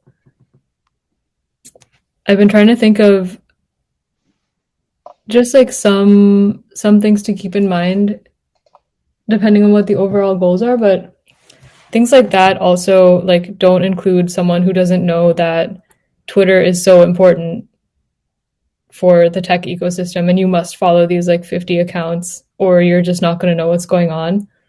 Whereas like a well marketed JD type or Google form type application on a website could actually maybe like be better at reaching that interesting kid who is tinkering around with something and would be a really cool investor, but and knows like a very different slice of the population because all these people are trying to like broaden their what they see, right? Yeah. So it's like one form of diversifying your pool is let's just make it lightweight and so that anyone who sees this on Twitter can join and apply to be like a rolling fund manager with me. Another way is okay, recognizing that that only reaches the people who are on tech Twitter, basically. So then how do you get other people? So it's kind of like all dependent on what pool of people you're trying to solicit interest from. Right.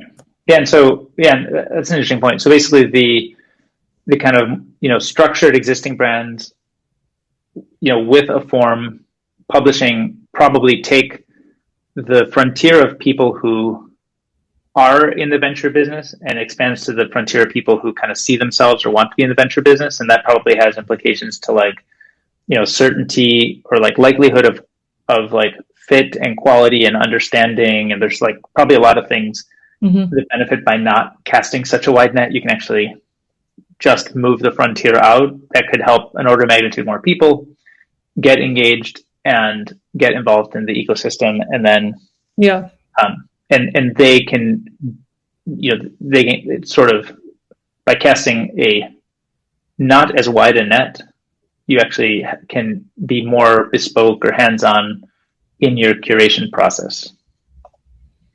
So I think that probably, probably serves. I don't know, like the wideness of the net is what's different. Maybe it's just like what part of the sea are you fishing? Like, are you looking for people on tech Twitter who just didn't think that they were suitable to be investors? Or are you looking for like kind of more the hacker type who wouldn't even be on tech Twitter in the first place?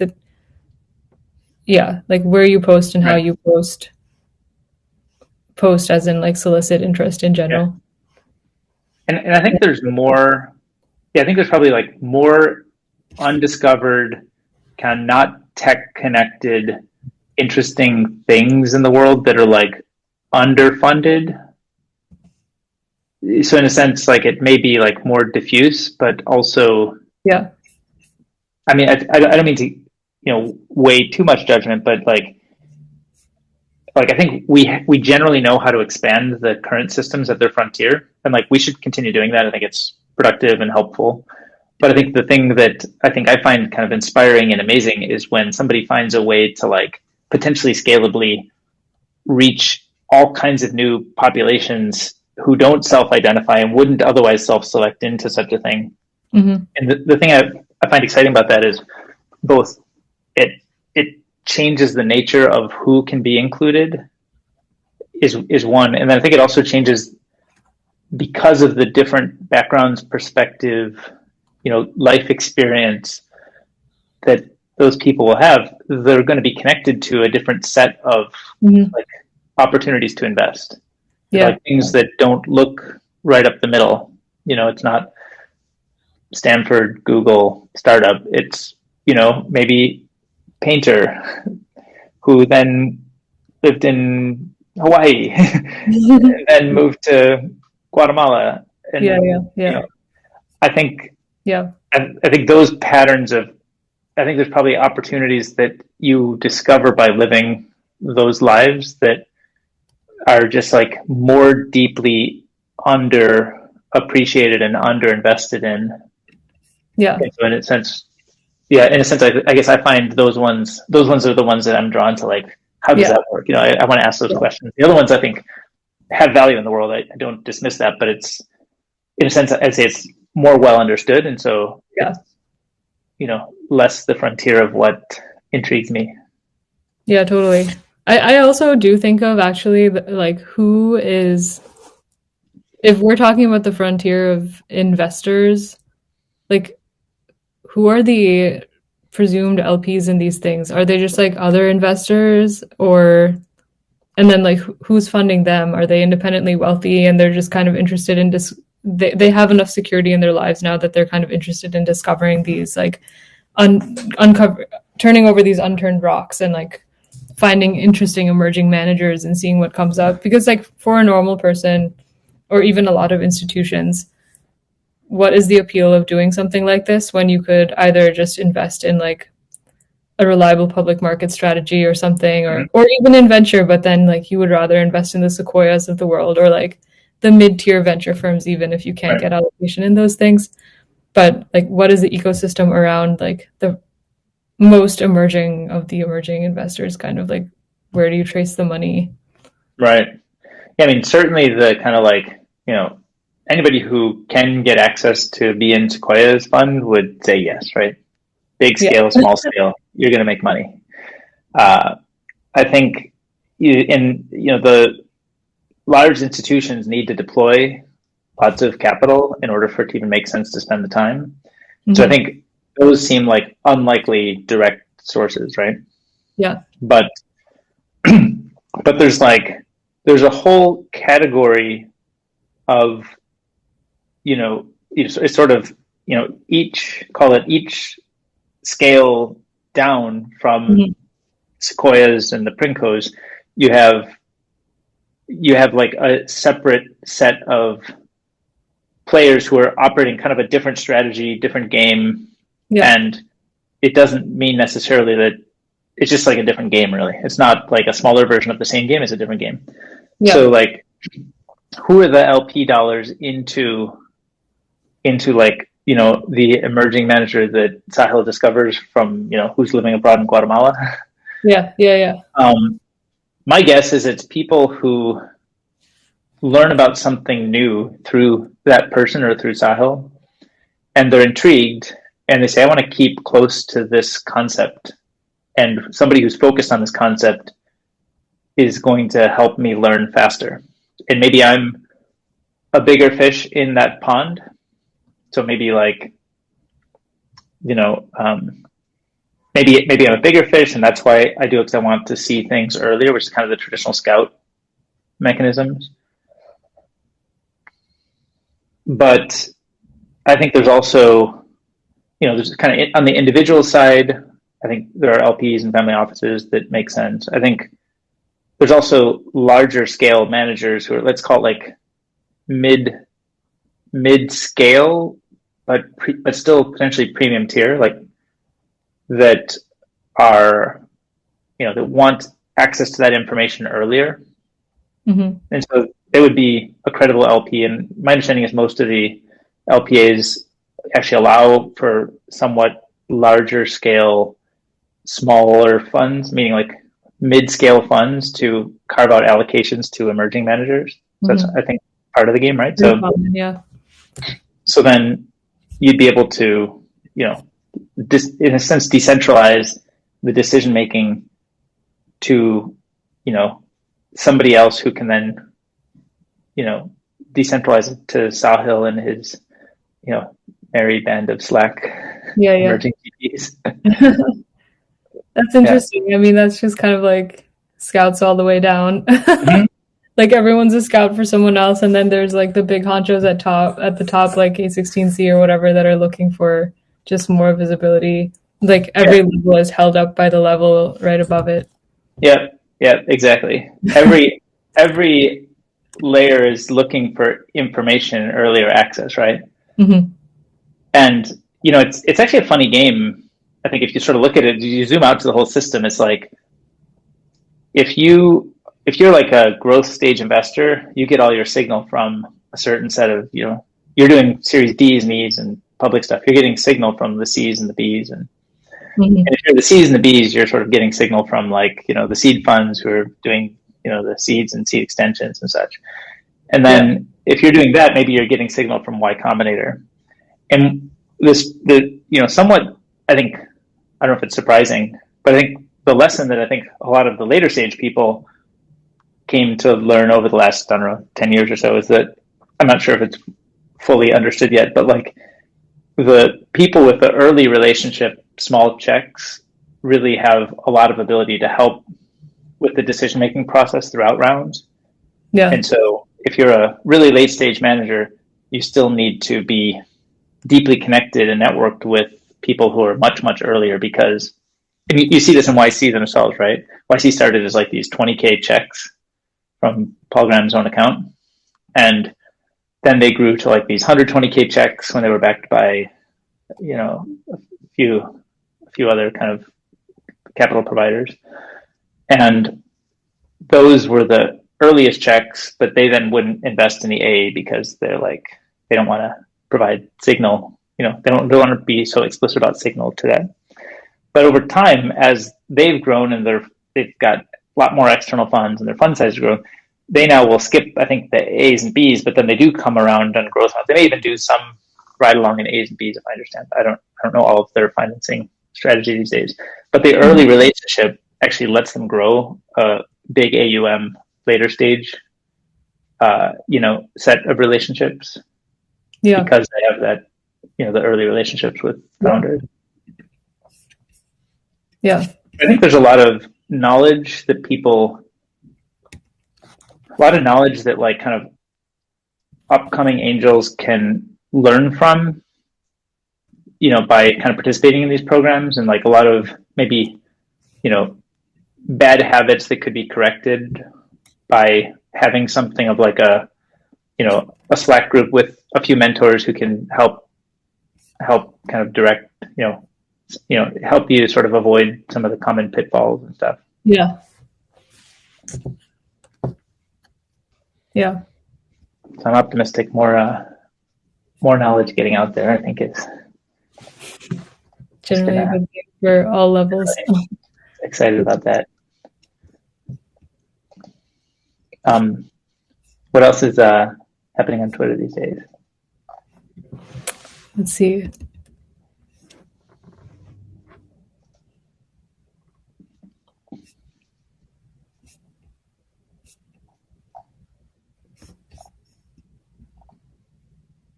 I feel like my whole thing is just full of the GameStop stuff. Are you sort of well studied on what exactly happened with, there's Reddit and Wall Street Bets and Robinhood. Do you have the story together in your head? Only at a very high level. I thought there was an interesting article, here I'll share it, that I hadn't gotten fully through reading.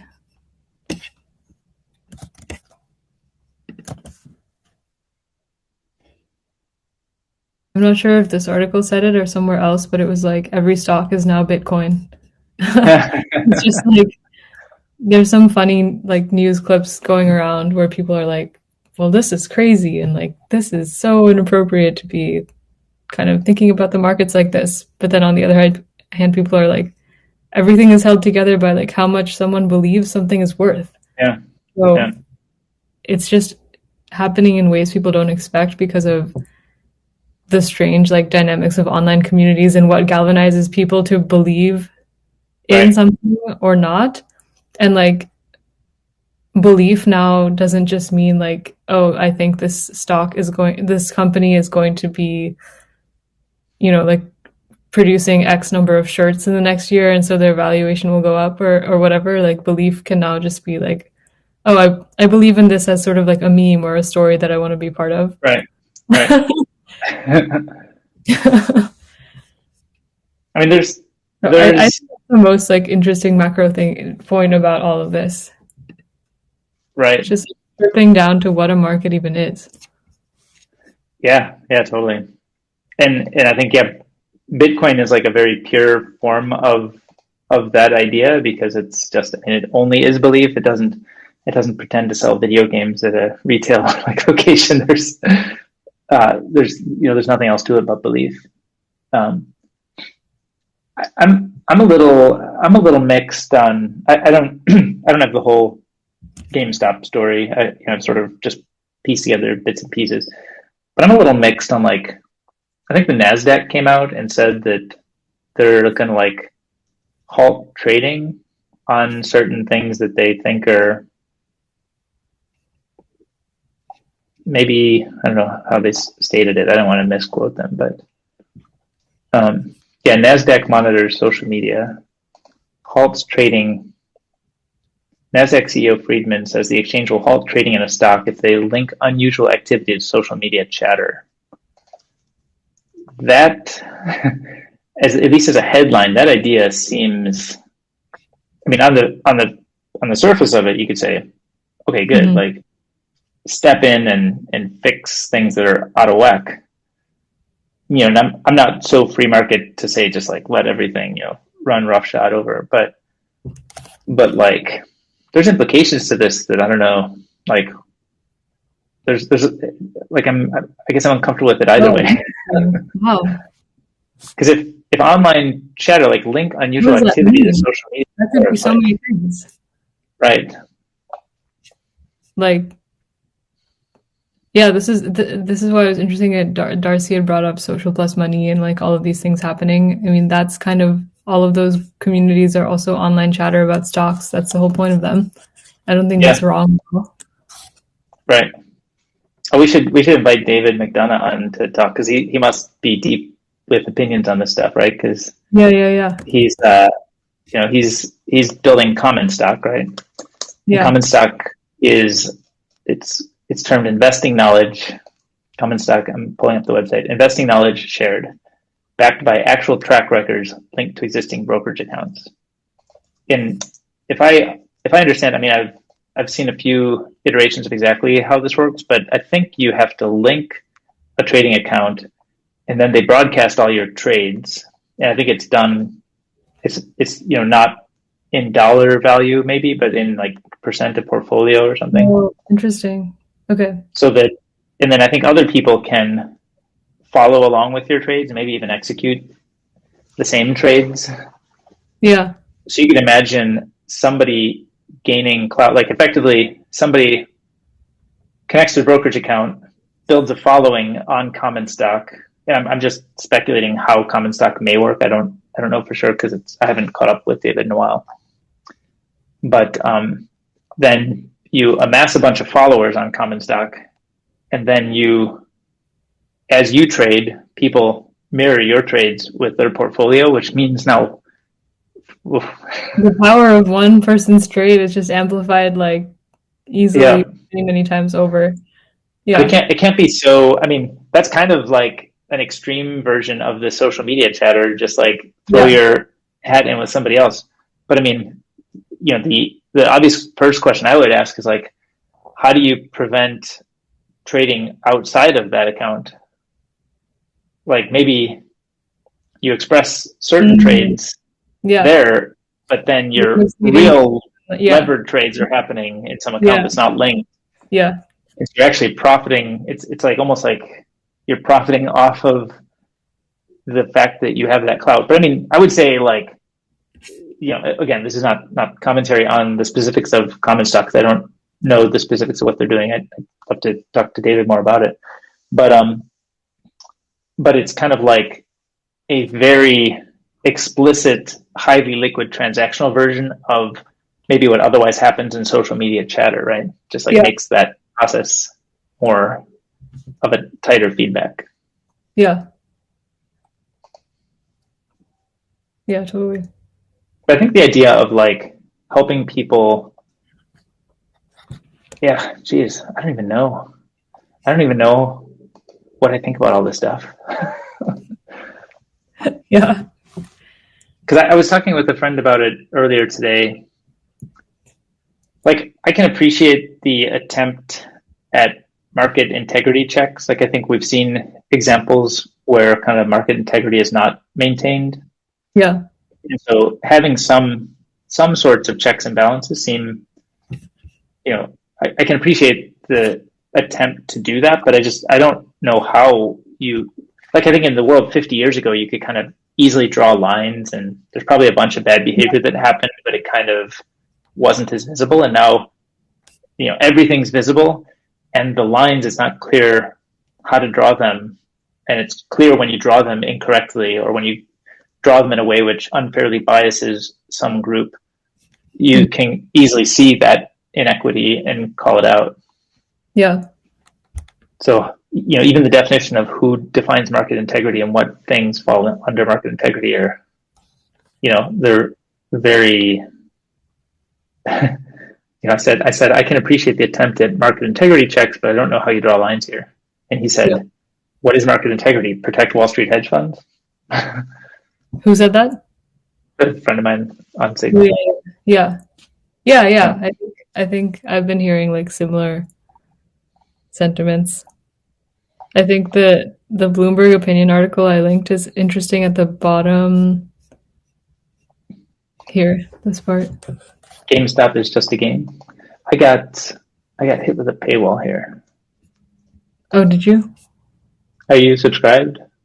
No, there's probably some like article limit. Maybe you've hit that. Oh, okay. Maybe Here, I I'll hit it. paste the relevant part.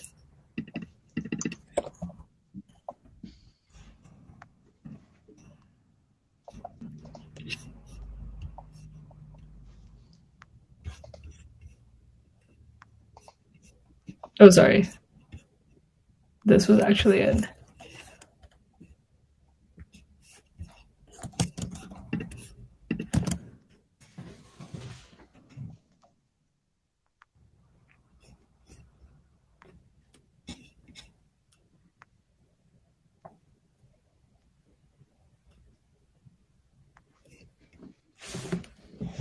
Right.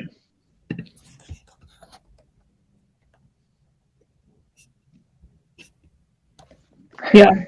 So he was kind of thinking about like, is this market manipulation or not? And he's like, I'm not so sure that this is market manipulation really, because it's like very explicit what's going on. And at the end of the day, like, I think he had a quote that, where is it? Yeah, the point here is that it is at least theoretically possible that no one buys stock for any reason other than, hey, it's a fun pump. Right. Yeah, I mean, this is like an obviously, gamed thing, and whether it is illegal or should be illegal, there's certainly that's a worthwhile discussion to have and prosecute. I'm not excited to live in a world where stuff can be manipulated so much, but I also think like, hey, let's pump GameStop. I don't have any certainty if the pump is going to work, so I don't know why I should believe it is or isn't. And so it feels like there's still reasonable market forces working there, but there is also, there's also like the scale of online audiences and the scale of some of these, chat groups and stuff, may allow these types of things to happen. And you can kind of, I think in the like crypto world, a lot of people would have like the telegrams where they're going to pump some new coin, and then there's like, you can buy access to the telegram that tells you about it 30 seconds earlier, and then you can buy, there's kind of, I mean, but also what we were talking about before, like, I'm not saying that this is at all like sketchy or whatever, but if you have a huge audience, then you can like pump your friend's rolling fund that didn't exist like an hour before you did it. Like it's all about who controls the eyeballs and how much faith do these people have in like whatever meme or story is galvanizing that you're selling. Right. So what I was going to say is I agree with all of that. I think we're sort of talking in the realm of things that probably are manipulated and kind of what is the edge of manipulation. Yeah. But I think there's an interesting, let's say, an interesting other thing going on here, which is Elon Musk is very vocal on Twitter about things that would, have in the past run afoul of SEC rules. And you could argue that it's a form of like pumping a stock, and he certainly has a large audience. A lot of people are listening. But I also think there's value in people being like inspired and excited enough about the possibility of Tesla to drive more attention and capital toward that thing, because I think it genuinely is, he has real potential to bring us to a cleaner energy future faster. Now, it's not to say that like the pricing makes any sense or that the stock should be valued at X or Y or Z. I don't actually have an opinion about that. But in a sense, there's a fine line maybe between are those like, these are not totally divergent behaviors in my mind, but one is more casino-like and the other is more, I mean, there's more substance to it, I'd say. But I don't know. It's they're colors of similar things, right? Yeah. I used to feel like the stock market was like actually just a neutral, kind of, arbiter of what's the weighing machine, the Munger quote. Oh, I'm not sure. I'll just pull up the voting machine versus the weighing machine.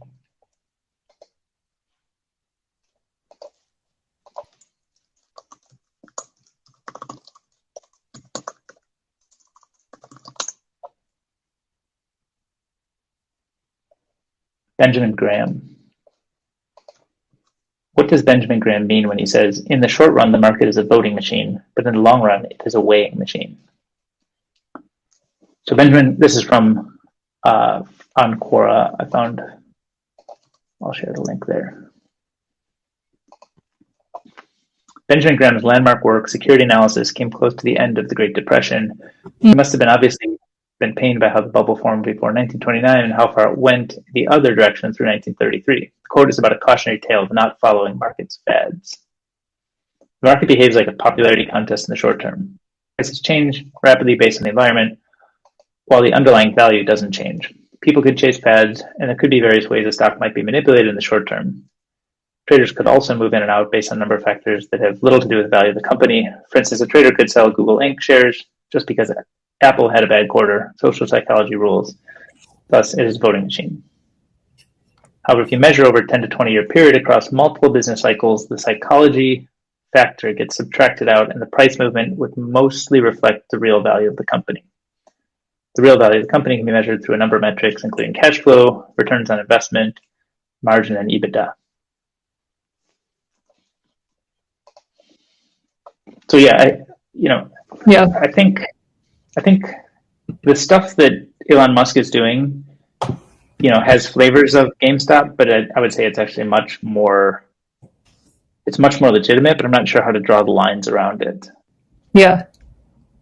Yeah. And it is because it's like, it is sort of pulling us maybe into an uncomfortably far forward future, but like having the capital to be able to execute against that, is an important part of being able to accomplish it. Yeah. That's interesting. Yeah, because wow, now you're like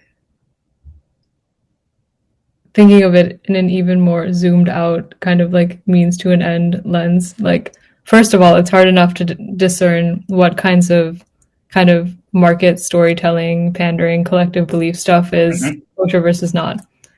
Within that, if there's stuff that seems borderline, now you're trying to think of, okay, but like, is it worth it in the broader things because this person has a mission or a plausible like way to creating a world that is desirable for like humanity or whatever. Yeah. I mean, I think it's certainly fair that some people might disagree with either the tactics or the vision. Maybe there's people who think there's a very different way we should go about this, and can they, effectively, can they amass the audience influence that he has for that vision? I think that's like a big question mark, and we don't seem close to having an answer for that. But I think it's surprising how much the internet and communication shapes our world in ways that, you rewind the clock 20, 30 years, just felt like there was, it was like a simpler world. Not necessarily correct, but it just felt simpler. Yeah.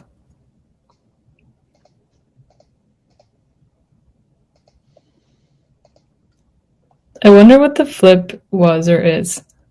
Like Facebook has existed for a while, but it doesn't seem like, unless I was just less aware before, these kind of like internet meme movements were going on as much, even when the access was there. So I don't know if it's kind of just more of a part of people's daily lives and cultural experience, or if there's something changed about the organization of internet spaces and online communication that's making this sort of stuff more of a spectacle, like easy to happen these days. Right. I mean, I'd say like early internet email chain letters were like a very common thing. Have you ever received an email chain letter? I think so. A while ago. I can't remember receiving one since the 90s. So like, it's almost like these things have, maybe they exist in like, kind of antique, versions of the internet. But, it feels like today, if you want to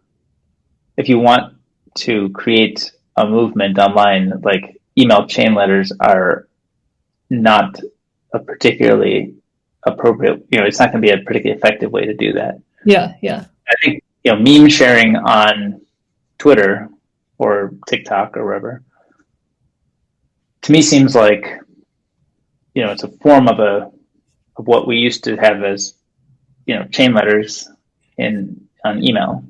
And so I think it's, like the existence of Facebook doesn't cause it, but the liquidity of distribution, the fact that there's, large populations that give attention to that service every day, and that, it's able to sort of efficiently sort memes to get memes that are most strongly mimetic and transferable in front of more people faster. I think that has changed. That actually seems like a big part of it. Like with the email chain letter, I can try to pick 30 or 50 or 100 people from my address book, but maybe only 2 of them would forward it on. Yeah. So in a sense, it's like we maybe have a better petri dish of experimentation for which memes work, and the ones that work then really work because the system like figures out that they are highly contagious. Yeah. And then shares based on that contagion. Yeah. Interesting. Yeah. These things exist. Full circle. Email that. Sorry, go ahead. Oh, I was going to say that kind of takes us full circle to what we were talking about in the beginning. Like better identifying what makes a story more contagious as a meme, right, is super interesting, but also kind of like a scary force if just let loose politically, but I'm sure also like in the context of markets and whatever other situations that this thing is valid. This frame of thinking. Right. What were you saying about email though? I was just saying that email was itself a more kind of vibrant or liquid or propagating version of chain letters than the old stamp, U.S. Postal Service mail. If I recall correctly, when I was, a kid, I think my brother did some sort of like a science experiment on chain letters and the effectiveness and what the response rates are and stuff like that through the U.S. Postal Service. Oh, wow. I don't know if it was officially for a science fair or something else, but like, yeah, there was like there was a culture where that kind of stuff happened in the USPS kind of style of mail. And I think email compared to that was super vibrant and liquid, and it seems like super fast moving, compared to the propagation delays of, physical carriers. Yeah. So we seem to be going towards, just continued evolution. I think, the TikTok version of a meme is, probably the fastest distributing, the sea shanty phenomenon from a couple weeks ago, was probably one of the fastest distributing memes ever. He probably had, I don't know, tens of millions, if not hundreds of millions of people in the world all caring about sea shanties, this kind of esoteric area of, music, all focused within probably a few days' time, maybe a week or two. Yeah. I wonder what the next iteration of that will be. Like, what's more memeable than the most memeable memes right now? TikTok, right. maybe. Right. I mean, I would hope there's ability to move to.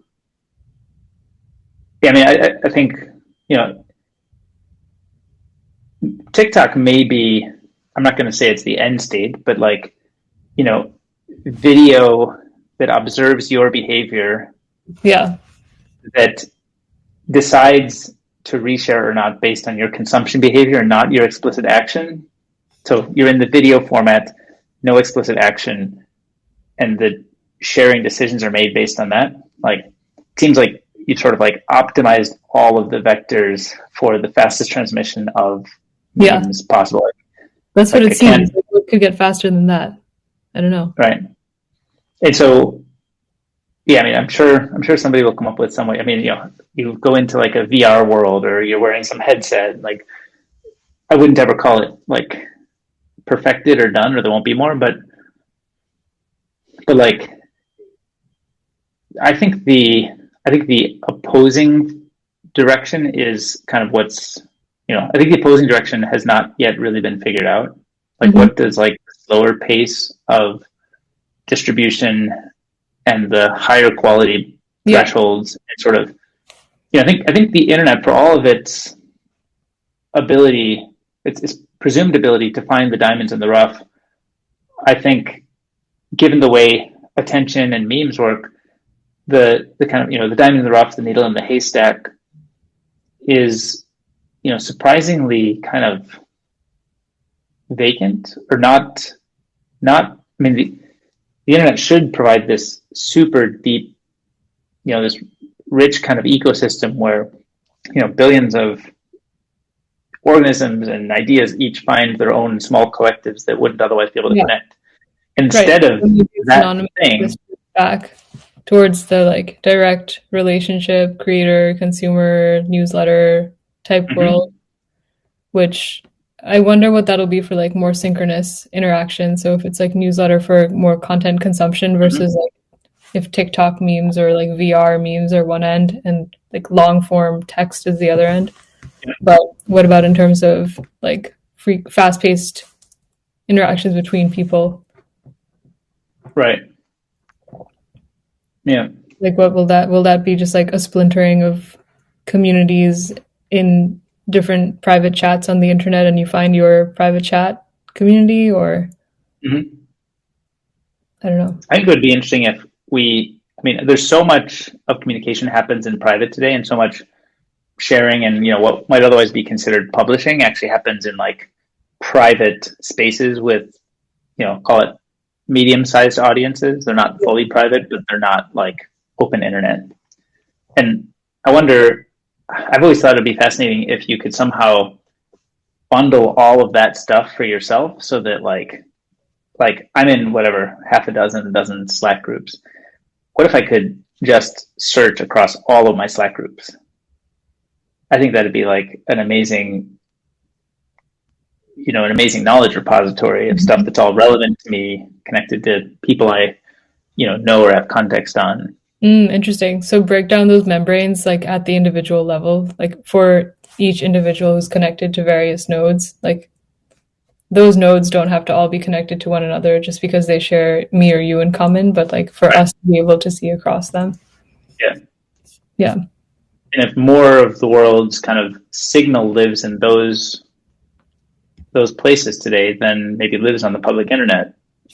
Yeah. I'm interested, what would it look like to help empower me with a tool that helps me see or have access to high quality information that I, the kind of the stitching together of which is unique to me.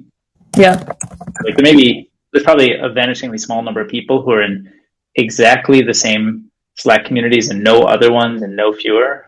Yeah. Those, if I could search across all the IP and knowledge contained there, it would be, it would be something that's like, it'd be like a very me-centric, like a very personalized answer to my questions, or, who should I connect with about X, or what should I, how do I learn about thing Y? Yeah. Yeah, it's a question I've been noodling on a lot lately, but I don't know. I don't know what it looks like. Yeah. I'm excited for the world to move forward and we find a solution somewhere. I know. Mm-hmm. Cool. All right. Well, I think you mentioned that we came full circle. Full circle in a bit, leaving with big open questions. Right. Continue tomorrow at noon. Sounds good. Let's do that. Cool. All right. Okay. Thanks, Mishti.